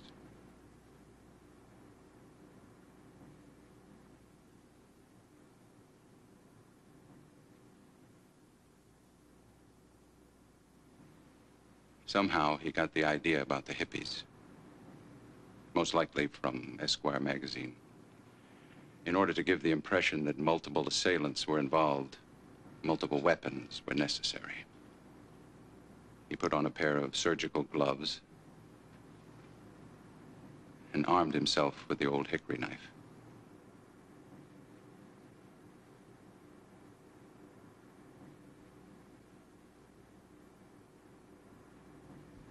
And then in Kristin's room, the child was stabbed in her back and also in the chest. Several threads from his pajama top were found in her bed.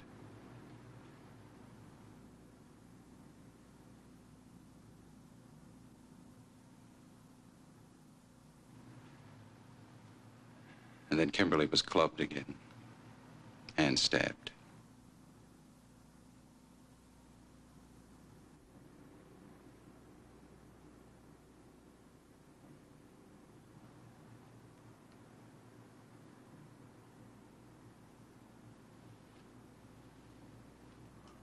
You want me to go on? Do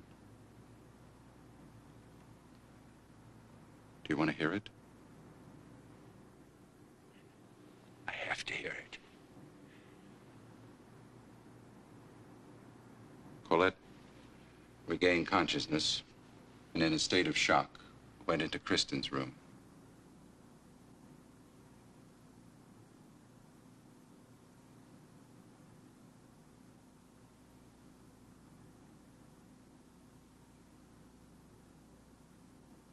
It was there that Jeff found her again and beat her furiously with the club. Her A-type blood was found on the top sheet of the bed there and spattered on the wall.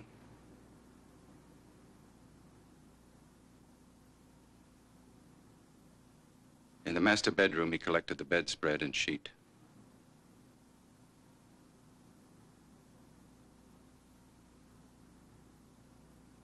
On the way out of the room, carrying her, he left 2 footprints on the bare floor in Colette's blood, prints that match his left foot. While moving Colette, His pajama top became soaked with her blood. He left bloody fabric impressions in her blood type from his pajama top on the sheet. He also left a fragment of torn surgical glove. Then he went out and found the club again, and the knife.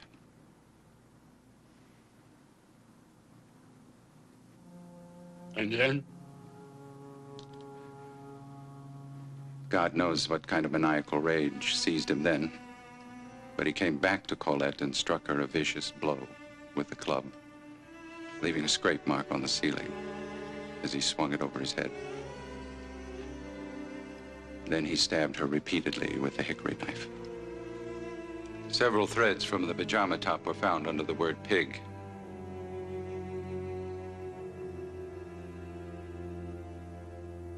Then he threw the top onto her to explain why it was so bloody. He stabbed Kristin many times with the ice pick, presumably before he went back to Colette in the master bedroom. And then, and this is very important, when he used the ice pick on Colette, the pajama top was over her. The ice pick went through the pajama top over and over, leaving smooth cylindrical holes. He ripped off the gloves, and 4 fragments of them fell about the room. Fragments that were identical to the gloves, the surgical gloves, found in the kitchen cabinet. He now had to set up the living room to make it appear that there had been a struggle.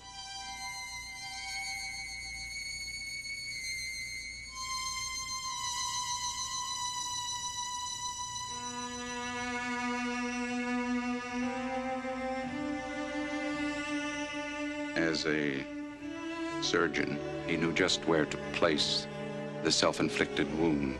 It would prove that he was attacked. It was nothing, of course, compared to what his family had suffered. Many drops of MacDonald's blood were found in the sink. He wiped the weapons clean and put them outside in the backyard.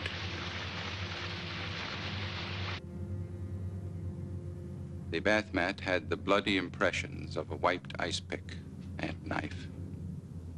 At 3:40 a.m., he picked up one of the 2 phones and called for help. That's about it. Freddy?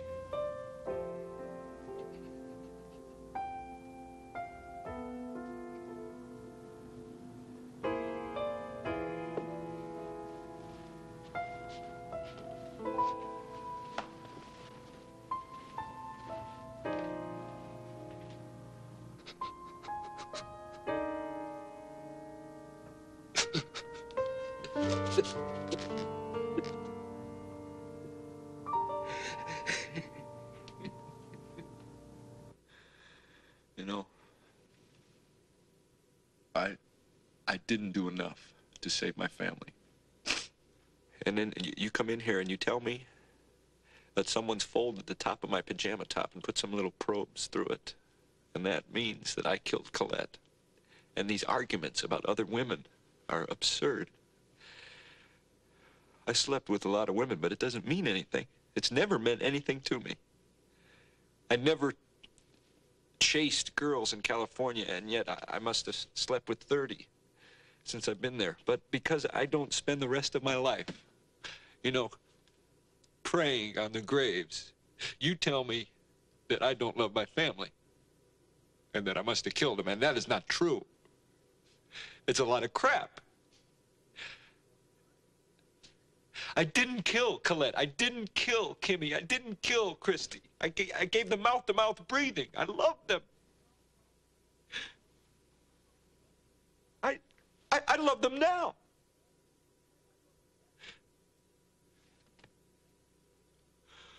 And you can take all your evidence and you can shove it.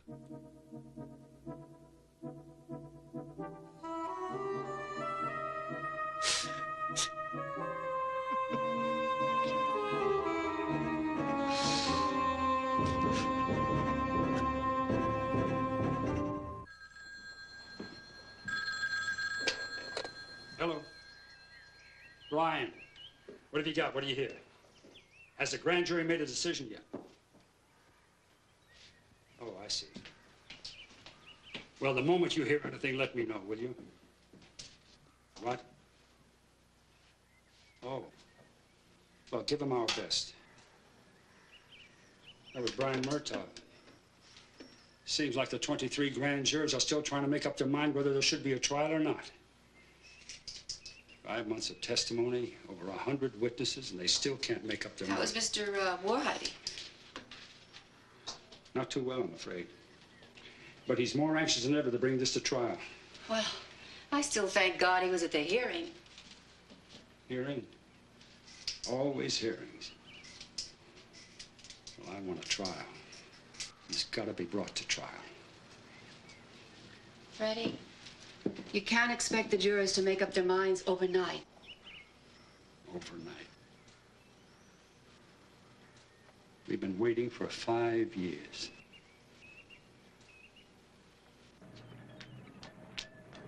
Hi.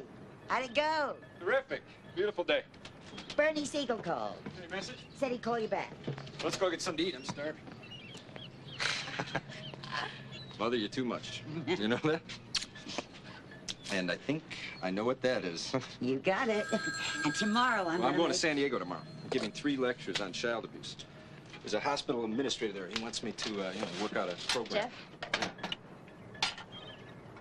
Hello. Hi, Jeff. It's Bernie. I tried to reach you earlier, but, Yeah, my mom told me. What's up, Bernie? well, I just wanted to get to you before anyone else. I mean, so you'll understand exactly what's going on. You see, the grand jury has finally decided to... Wait a second, Bernie. What? Hold it.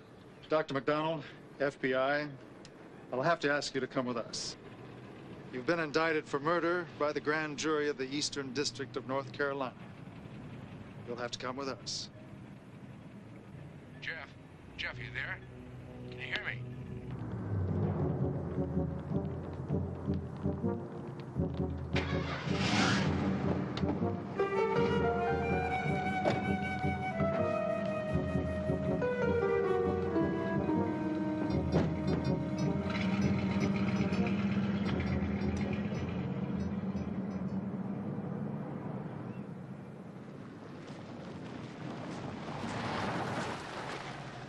Brian!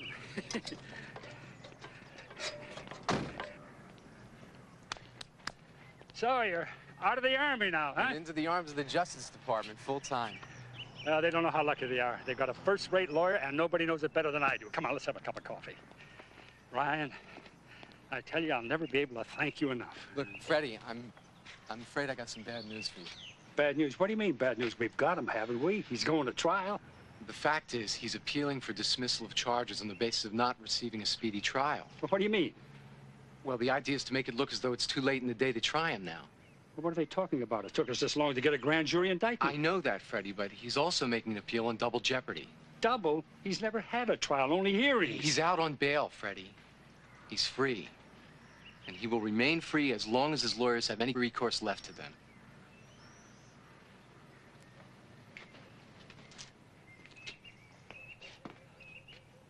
How many weeks will that take? The truth is, it could take months, even years. I'm sorry.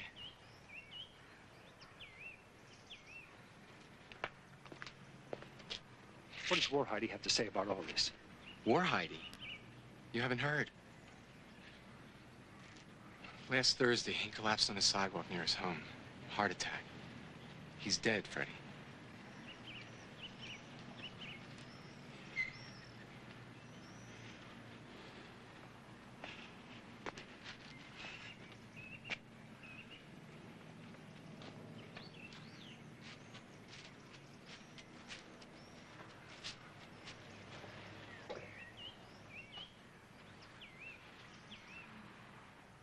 Freddie, I'm not finished with this case yet. Hey, how about that cup of coffee?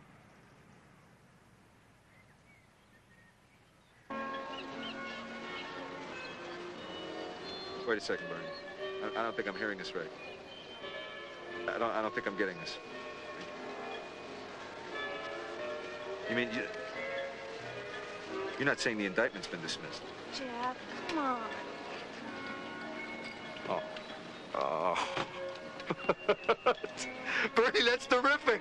I can't hardly believe it. Yeah. Yeah. Yeah. Okay. All right. You bet.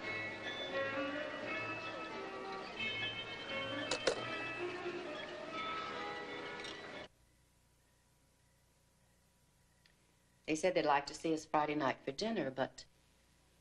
Well, I told them I didn't know your schedule. Just tell them we can't make it. Why? I mean, Freddie, we turned them down last month. Just tell them we're too busy.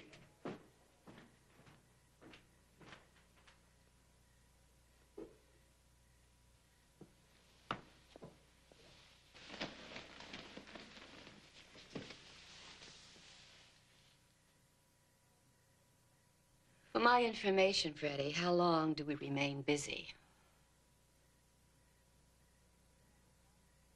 Freddie, I'd like to know how many more months and months do we go on like this? What do you mean? You know very well what I mean. I don't like what's happening any more than you do. I think it's absolutely appalling. But if you're just going to let it tear you apart and not do anything about it... Maybe I am.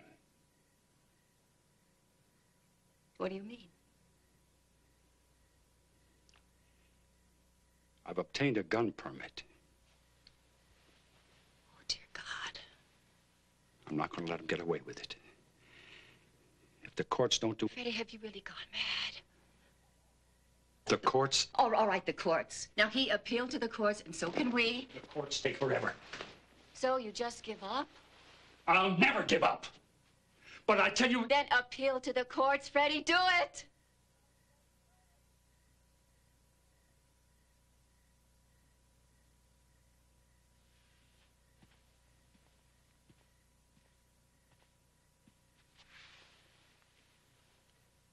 Are you willing to go through this again? Yes. Take all the horror, the misery, the delay. Yes, yes, I am willing. Yes.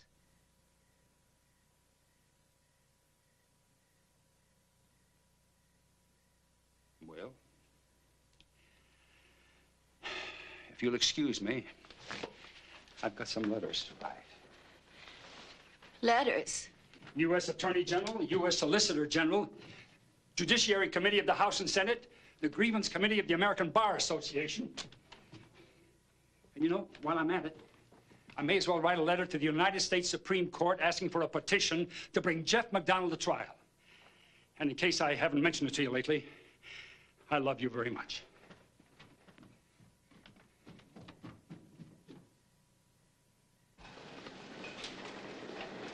Dr. Graham, admitting death, please. Dr. Graham. Dr. MacDonald? Yes. I'm Joe McGinnis. Oh, right. How are you? Nice to meet you. Nice meeting you. Excuse me. How about some coffee? Great. You have to forgive me. I'm still in a state of shock. It's beyond my comprehension, anyone's comprehension, how the Supreme Court can now decide to put me through this after almost 10 years. Yes, I certainly understand. That's why I'm so interested in the case. It's Freddy Kassab, of course, my ex-father-in-law. He has finally got the trial he really wanted, and now I suppose the only thing left in his deranged mind is to see me get the chair so he can be there to pull the switch. Why don't we sit down? You sure you wouldn't like something to eat with that? No, this is fine.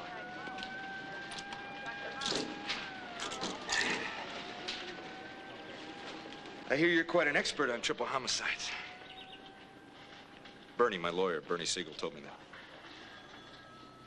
Oh, well, I did write about such a case some years back. Most people don't seem to realize what I've been through. No, I don't mean the people at the hospital, the sisters and all. But this thing I live with is always there. I guess it must be. You ask a girl out to dinner, and it's there. How much does she know? What should I tell her? You go to a medical conference, and it's there. What are they thinking? You understand what I'm saying? Of course. I'm just damn tired of being on the defensive. I mean, this is obviously going to be a horrible ordeal to have to relive the whole thing all over again. And yet I'm grateful for one thing, and that's that I'll be proven innocent at last.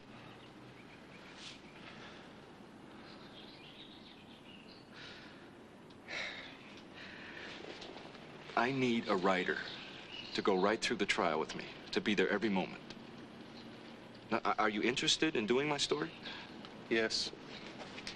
I think it's a most unusual, really remarkable situation. But you understand that I'll have to be cut in. I mean, for some of the take.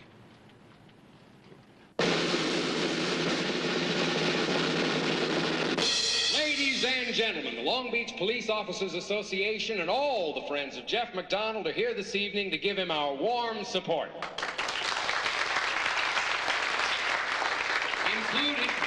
Included in your $100 tickets is a chance at the giant raffle. And we especially want to thank those individuals who put up $500 apiece to sit at the golden guest of honor table with Dr. MacDonald.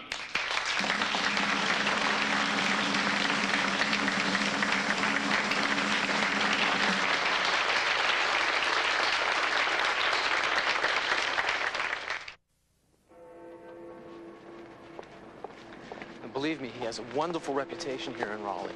And I'll be right there assisting him throughout the trial. Is he anything like War Heidi? Well, no, I wouldn't say that. Please have a seat.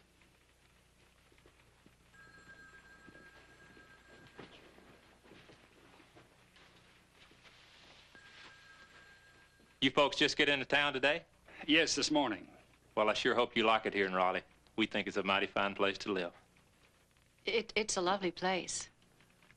I just want you folks to know I'm going to do my very best for you. We appreciate that.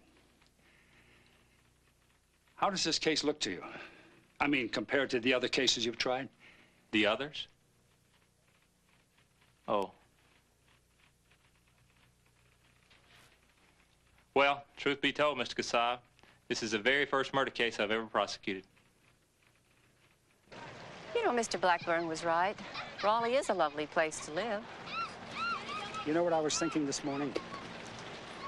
I was thinking back to the time we first knew Jeff. How he used to come over and mow our lawn in the summer. Yes, I remember very well. He used to shovel the snow off the driveway in the winter. They were just a couple of school kids. Just a couple of young kids dating. I used to drive him to the movies. I know. I know. What the devil happened, do you think?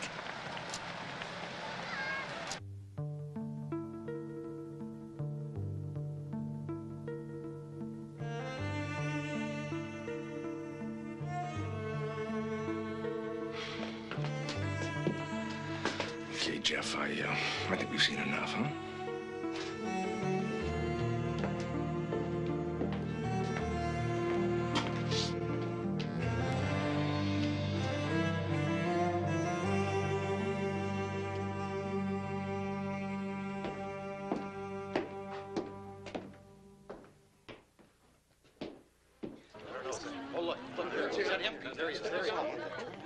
How long's the trial been going on?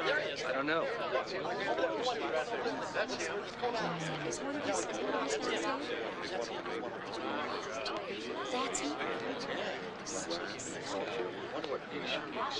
Is this the house?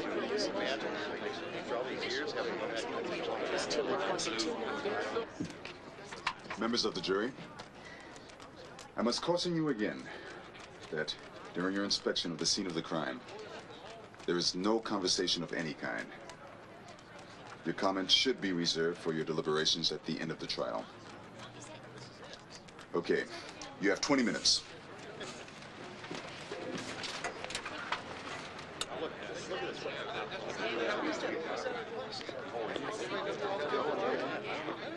Oh, someone says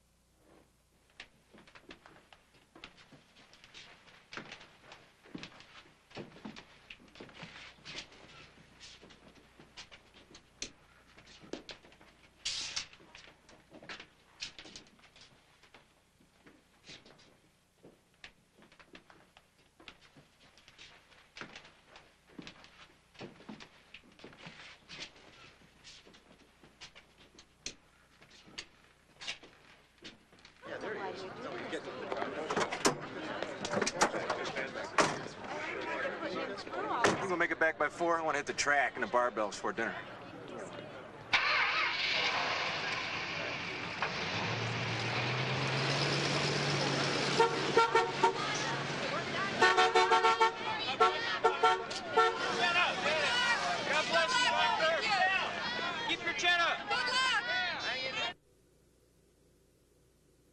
That so-called government expert today, what is his name, Stombaugh? Some expert. And all that garbage about matching footprints? What did he think he was proving? What a bunch of crap he's trying to sell. It could have been anybody's footprint. Thank God Bernie destroyed him later on. His testimony on the pajama top, Bill, he seemed to be making some points. Points? The judge had any guts at all. He'd throw this case out of court. I take it you're not too fond of the judge. God save us from Southern Republicans, and the Army, and the FBI, and most of all, the United States Supreme Court. Freddy, aren't you going to eat your dinner? I know it. I was afraid of this going in. What are you talking about? What we need is a Victor Warhardy in that courtroom. Someone who can tackle Bernie Siegel head on. Mr. Blackburn just has a different approach, that's all. I'll say he does. Never raises his voice. So courteous. The utmost courtesy at all times. You know what I think? It's possible that Mr. Blackburn knows exactly what he's doing. Come on, Freddy, eat your dinner. Come on. Happy birthday to you. Happy birthday to you. Happy birthday, dear Bernie. Happy birthday to you. I don't believe it. And they said that nobody cared, huh? Oh, no, we care, Bernie. We care. What do you know, huh? No. Yeah. Give me the second one. Better. No, well, I got Smoke's it. in your eyes. I think I'm gonna say this. Here, this will help. Okay. Go for it. Aha! Got it, huh? Hey, don't I get a chance? Yeah, well, be my guest. All right.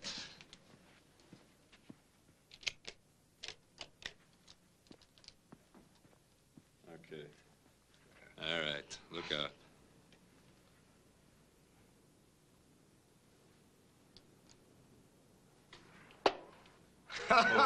That old Green Beret training, I did. You believe that? Unbelievable. That's the shot right there. Woo!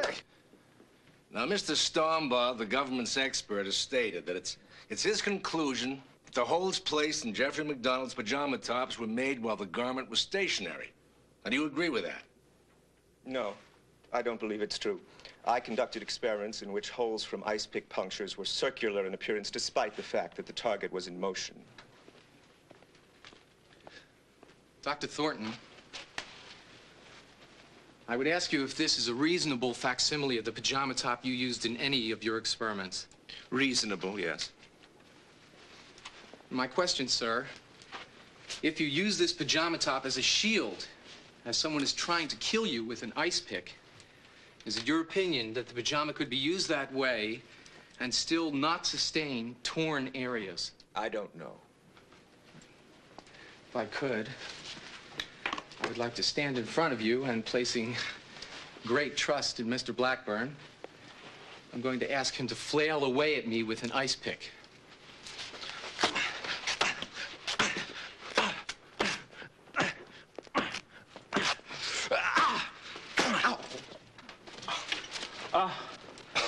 That was not part of the act, Your Honor. Anybody got a Band-Aid? No, that's okay. That's okay. Now, Dr. Thornton, I would ask you to examine that pajama top and tell us what you see. I see a number of tears, and they do appear to be, in fact, tears. Mr. Murtaugh, do you need a doctor? No, thank you.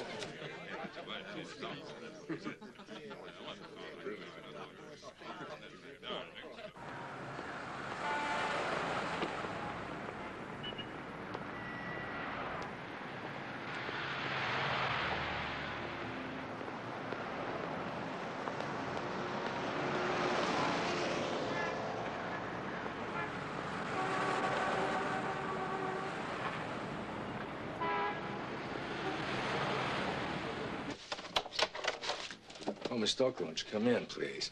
No. Thank you. Thank you. Please sit down, Miss Stokely. We have some coffee and some donuts here, if you'd like. No, thank you. May I have a diet soda? Absolutely. Miss Stokely, you know, of course, that there were 4 so-called hippies at the MacDonald house the night of the murders. And you were questioned about your presence there. I just want you to know that whatever you say today...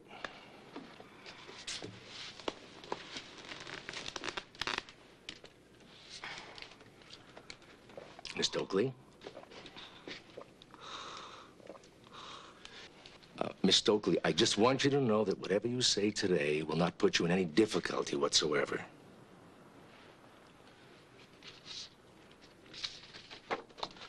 This picture, this is the kitchen of the MacDonald house.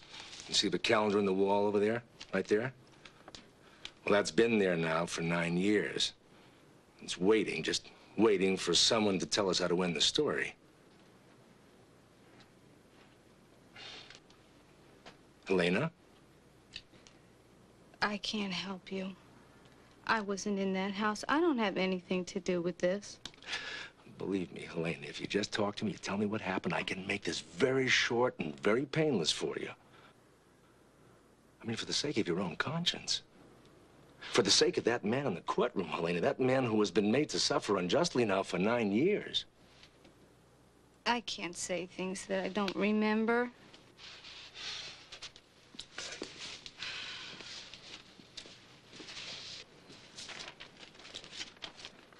I have 6 witnesses. Now, you told them that you were there.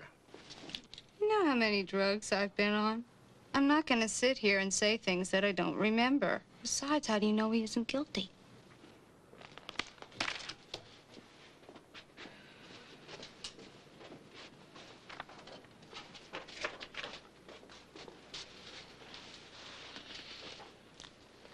That was his flesh and blood, Helena. Now, what kind of father would do that to his own flesh and blood, hmm? Only somebody crazy or whacked out on drugs. Not acid. Maybe speed. Was he tested for drugs? Yes, Helena. I don't know what anybody else is capable of, but I know I'm not capable of that.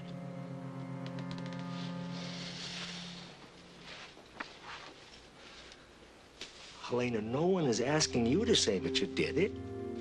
All you have to say is you were there, holding the candle, saying acid is groovy. You don't remember hurting anybody. Then you ran out the back door.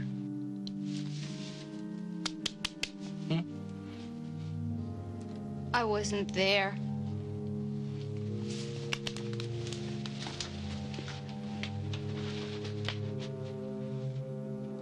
I don't know what you're talking about. I wasn't there!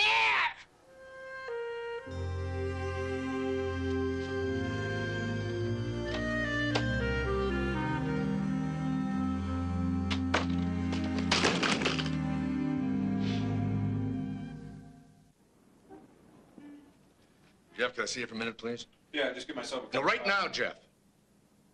Please.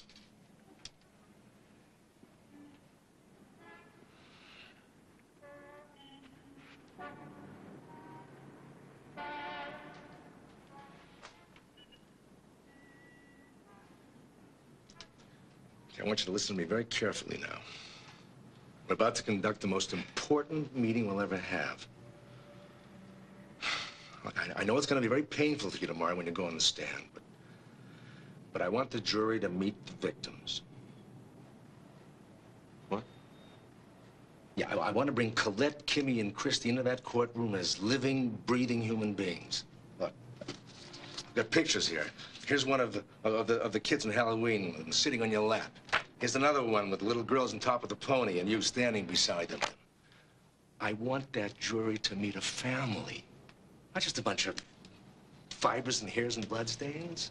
It sounds like you're saying that I have to sit up there and prove my innocence. No. I think we could rest this case today and win it.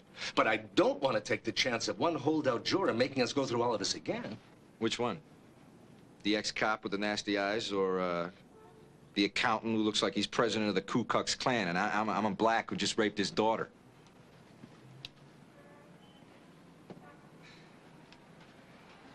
Jeff, we got the jurors we wanted. Yeah, right.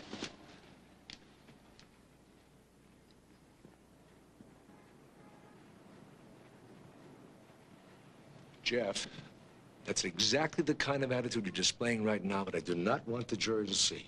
I want you to look right past Blackburn and right at the jury. Blackburn's a weasel. He's got no guts at all. Look, Jeff, if the jury sees you're getting impatient with Blackburn, they might just feel you could have also been a little impatient with your own children, huh? Now, you don't have to be Laurence Olivier, but be a little humble. Okay. Now, what do I say when they ask me why I went into the Green Berets? Well, Mr. Blackburn, I like to strangle people with piano wire. Jeff, you can't afford to come across as arrogant. Or as a homicidal psychopath, I suppose. Belligerence, huh? That's exactly how Warheide got at you with the grand jury. Hey, don't tell me about Warheide, okay? He's a Nazi! Who the hell does he think he is, Himmler or Goering? He's a Nazi, pure and simple. He's a Nazi.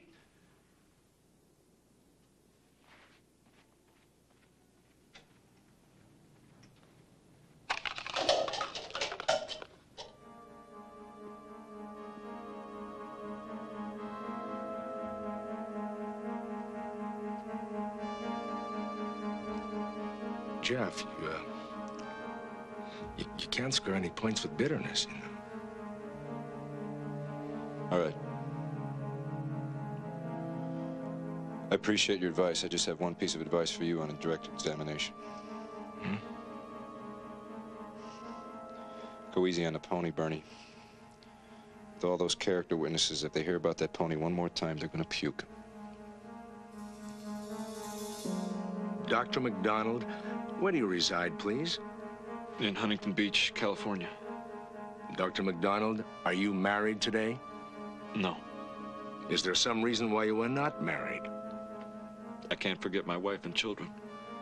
Do you still have occasion to think about your family, even though it's been 9.5 years since they died? Every day. What sort of things did you and your family do together? We lived together. We shared most everything. We had a good life. We were all friends. We shared our life experiences. May I ask, Dr. MacDonald, what are your strongest or most consistent memories of your wife, Colette?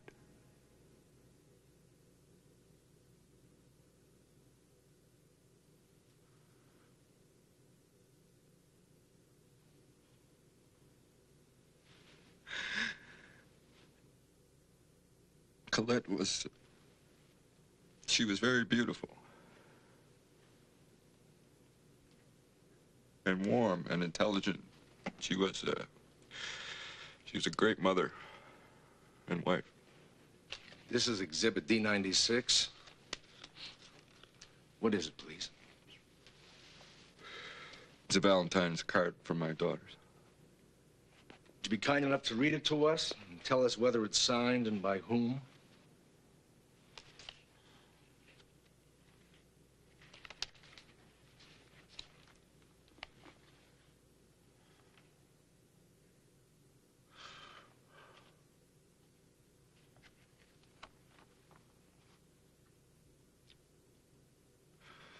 To a wonderful daddy. There are many daddies in the world. That's true, but the nicest by far is you. Love, Kimmy and Chris.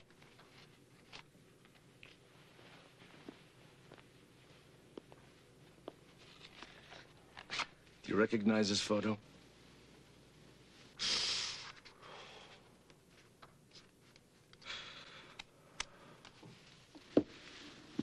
It's my daughter, Kristin. Is that how you saw her when you went into her room?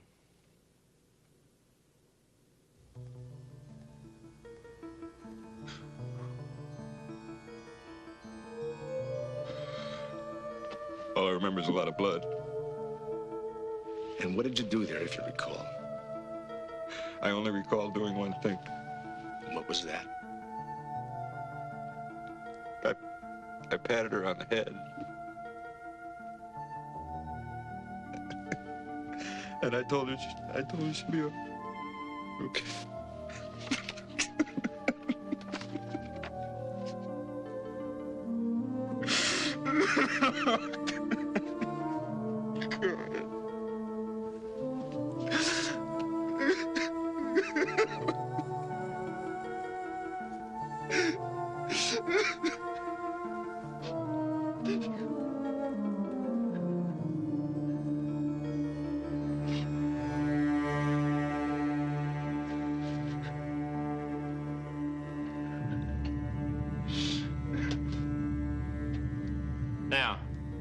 take it that this is the pajama top that you wore to bed that night.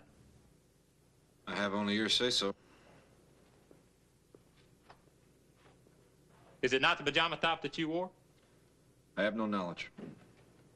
Dr. MacDonald, you did not receive any ice pick wounds to your hands or your wrist or the lower parts of your arms, did you? No. Why I did not, I cannot say. Did you struggle with Colette in the pajama top? I never struggled with Colette.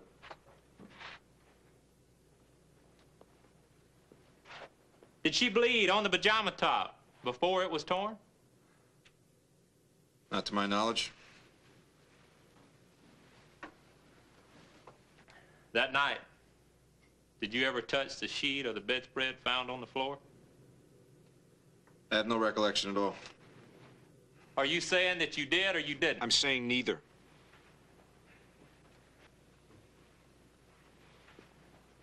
If the jury should find that there's a fabric impression on the sheet and Colette's blood type from your pajama top, do you have any explanation for that?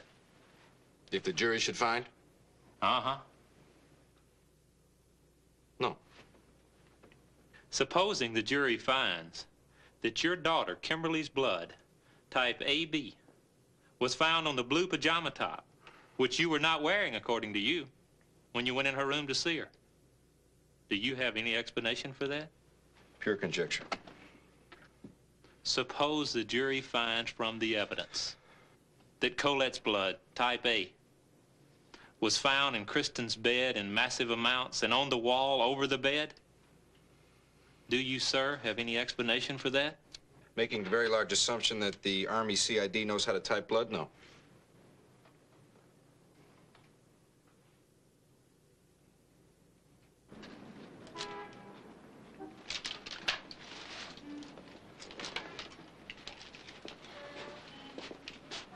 Hey. Well, your general tone is very, very good. I mean, just don't jump all over the Army, though, Jeff, you know? I mean, I know you're tired of playing Mr. Nice Guy with him, but look, just hold back your feelings because we're way ahead. Way ahead.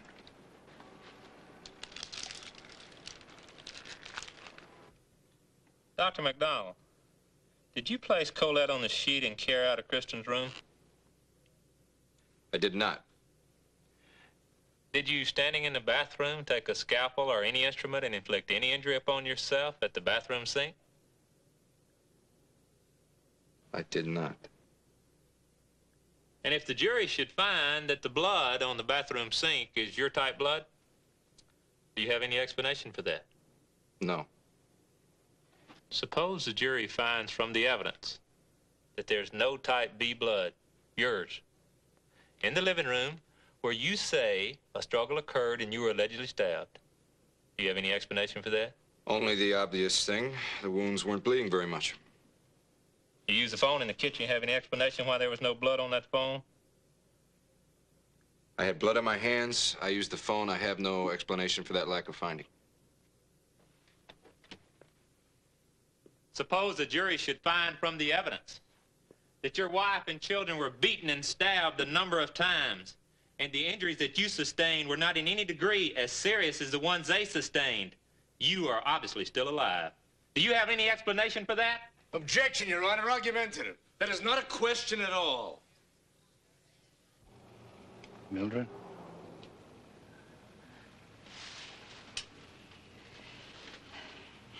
You all right? I just can't sleep. Those photographs they showed us in the courtroom. I know. Freddy,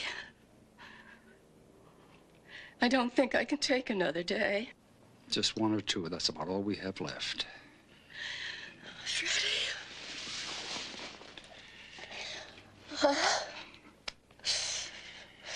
Everything now depends on Blackburn's closing argument in the courtroom tomorrow. Ladies and gentlemen of the jury, I suggest that the evidence will show that there was, in fact, a life and death struggle in that house that night. And at least two people were involved in it. Colette MacDonald and her husband, Jeff MacDonald. Now, we know from the evidence that Colette fought hard, mighty hard before she died.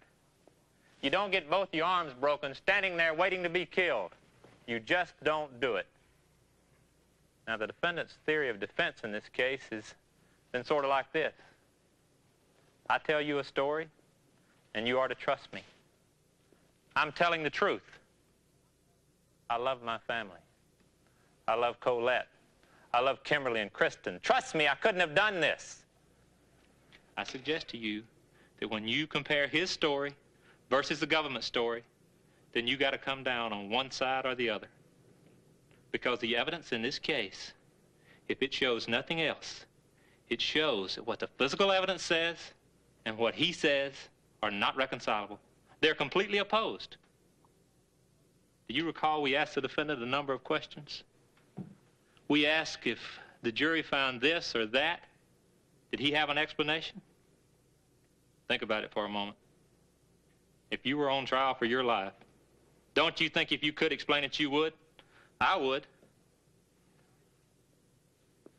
I suggest that the defendant, perhaps in a frenzy, maybe to fend off his wife, in one tragic, brief moment, so brief, lost control, and he came back with that club.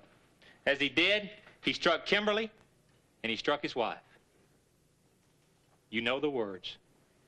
Jeff, Jeff, why are they doing this to me? Just think how close that is. To Jeff, Jeff, why are you doing this to me? Ladies and gentlemen, if in the future, after this case is over, if you should think back on it again, I ask you to think back and remember Colette, Kimberley, and Kristin. They've been dead almost 10 years. 10 years that you've had, that I've had, and that the defendant has had, that they haven't. If in the future you should cry a tear, cry one for them. If in the future you should say a prayer, say one for them. When the government says, why doesn't MacDonald explain these things? The answer is that Jeff MacDonald is not responsible to answer any of these things. Their case is built upon assumptions that have no basis in reality whatsoever. This whole incredible fantasy that they call a case, it ought to make every one of us here angry that 9.5 years after the fact, that is exactly what is being called a case. It is just beyond belief. Who knows? That's right. Well, we could wait another hour, or we could wait another week. Or two. Great. Sure. Thank you very much. Okay, I will. Did you get those reservations for me at the work? You and Miss Amato, it's all set, plus dinner reservations at La Scala. Jeffrey, I think you should have a little talk about how to handle the press after the acquittal. Maybe you should leave Raleigh immediately on the chartered plane. Whatever you think. I just found out they're going to give me a victory celebration when I get back to California. Might even rent the Queen Mary.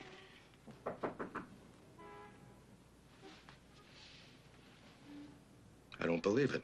The jury's only been out for 42 minutes.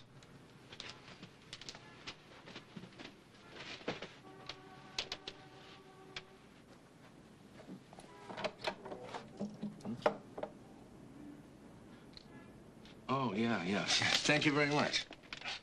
Hey, Jeff, here's that present from your friends at the Long Beach Police Department. These guys. Go ahead, open it up. How do you like that, huh? Cops love them. Love them.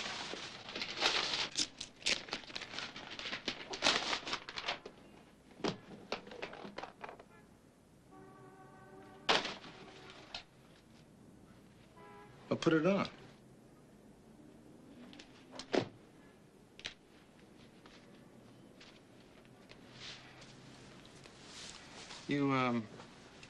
You really think he needs a bulletproof vest?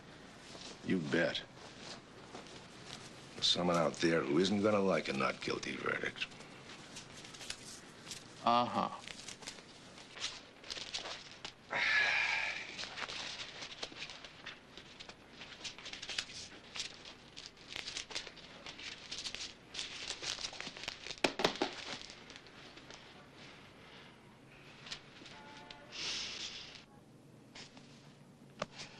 Now it's over 6 hours.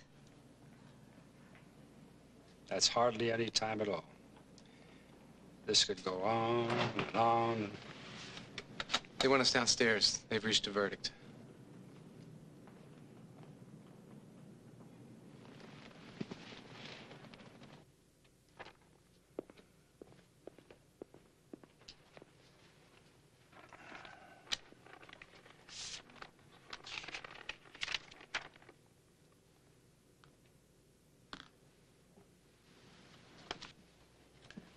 Members of the jury, have you agreed upon the verdict in this case? Yes, sir, we have. I am handed an envelope with the verdict form in it. Is this your verdict? Yes, sir. Madam Clerk, you may take the verdict. Would the jurors please stand? Members of the jury, have you agreed upon a verdict? We have. How do you find as to count 1? In the murder of Colette MacDonald, is the defendant, Jeffrey R. MacDonald, guilty or not guilty of murder in the first degree? Not guilty. Guilty or not guilty of murder in the second degree? Guilty. How do you find as to the count 2? In the murder of Kimberley MacDonald, is the defendant, Jeffrey R. MacDonald, guilty or not guilty of murder in the first degree? Not guilty. Guilty or not guilty of murder in the second degree? Guilty. As to the count 3, in the murder of Kristin Macdonald, guilty or not guilty of murder in the first degree? Guilty.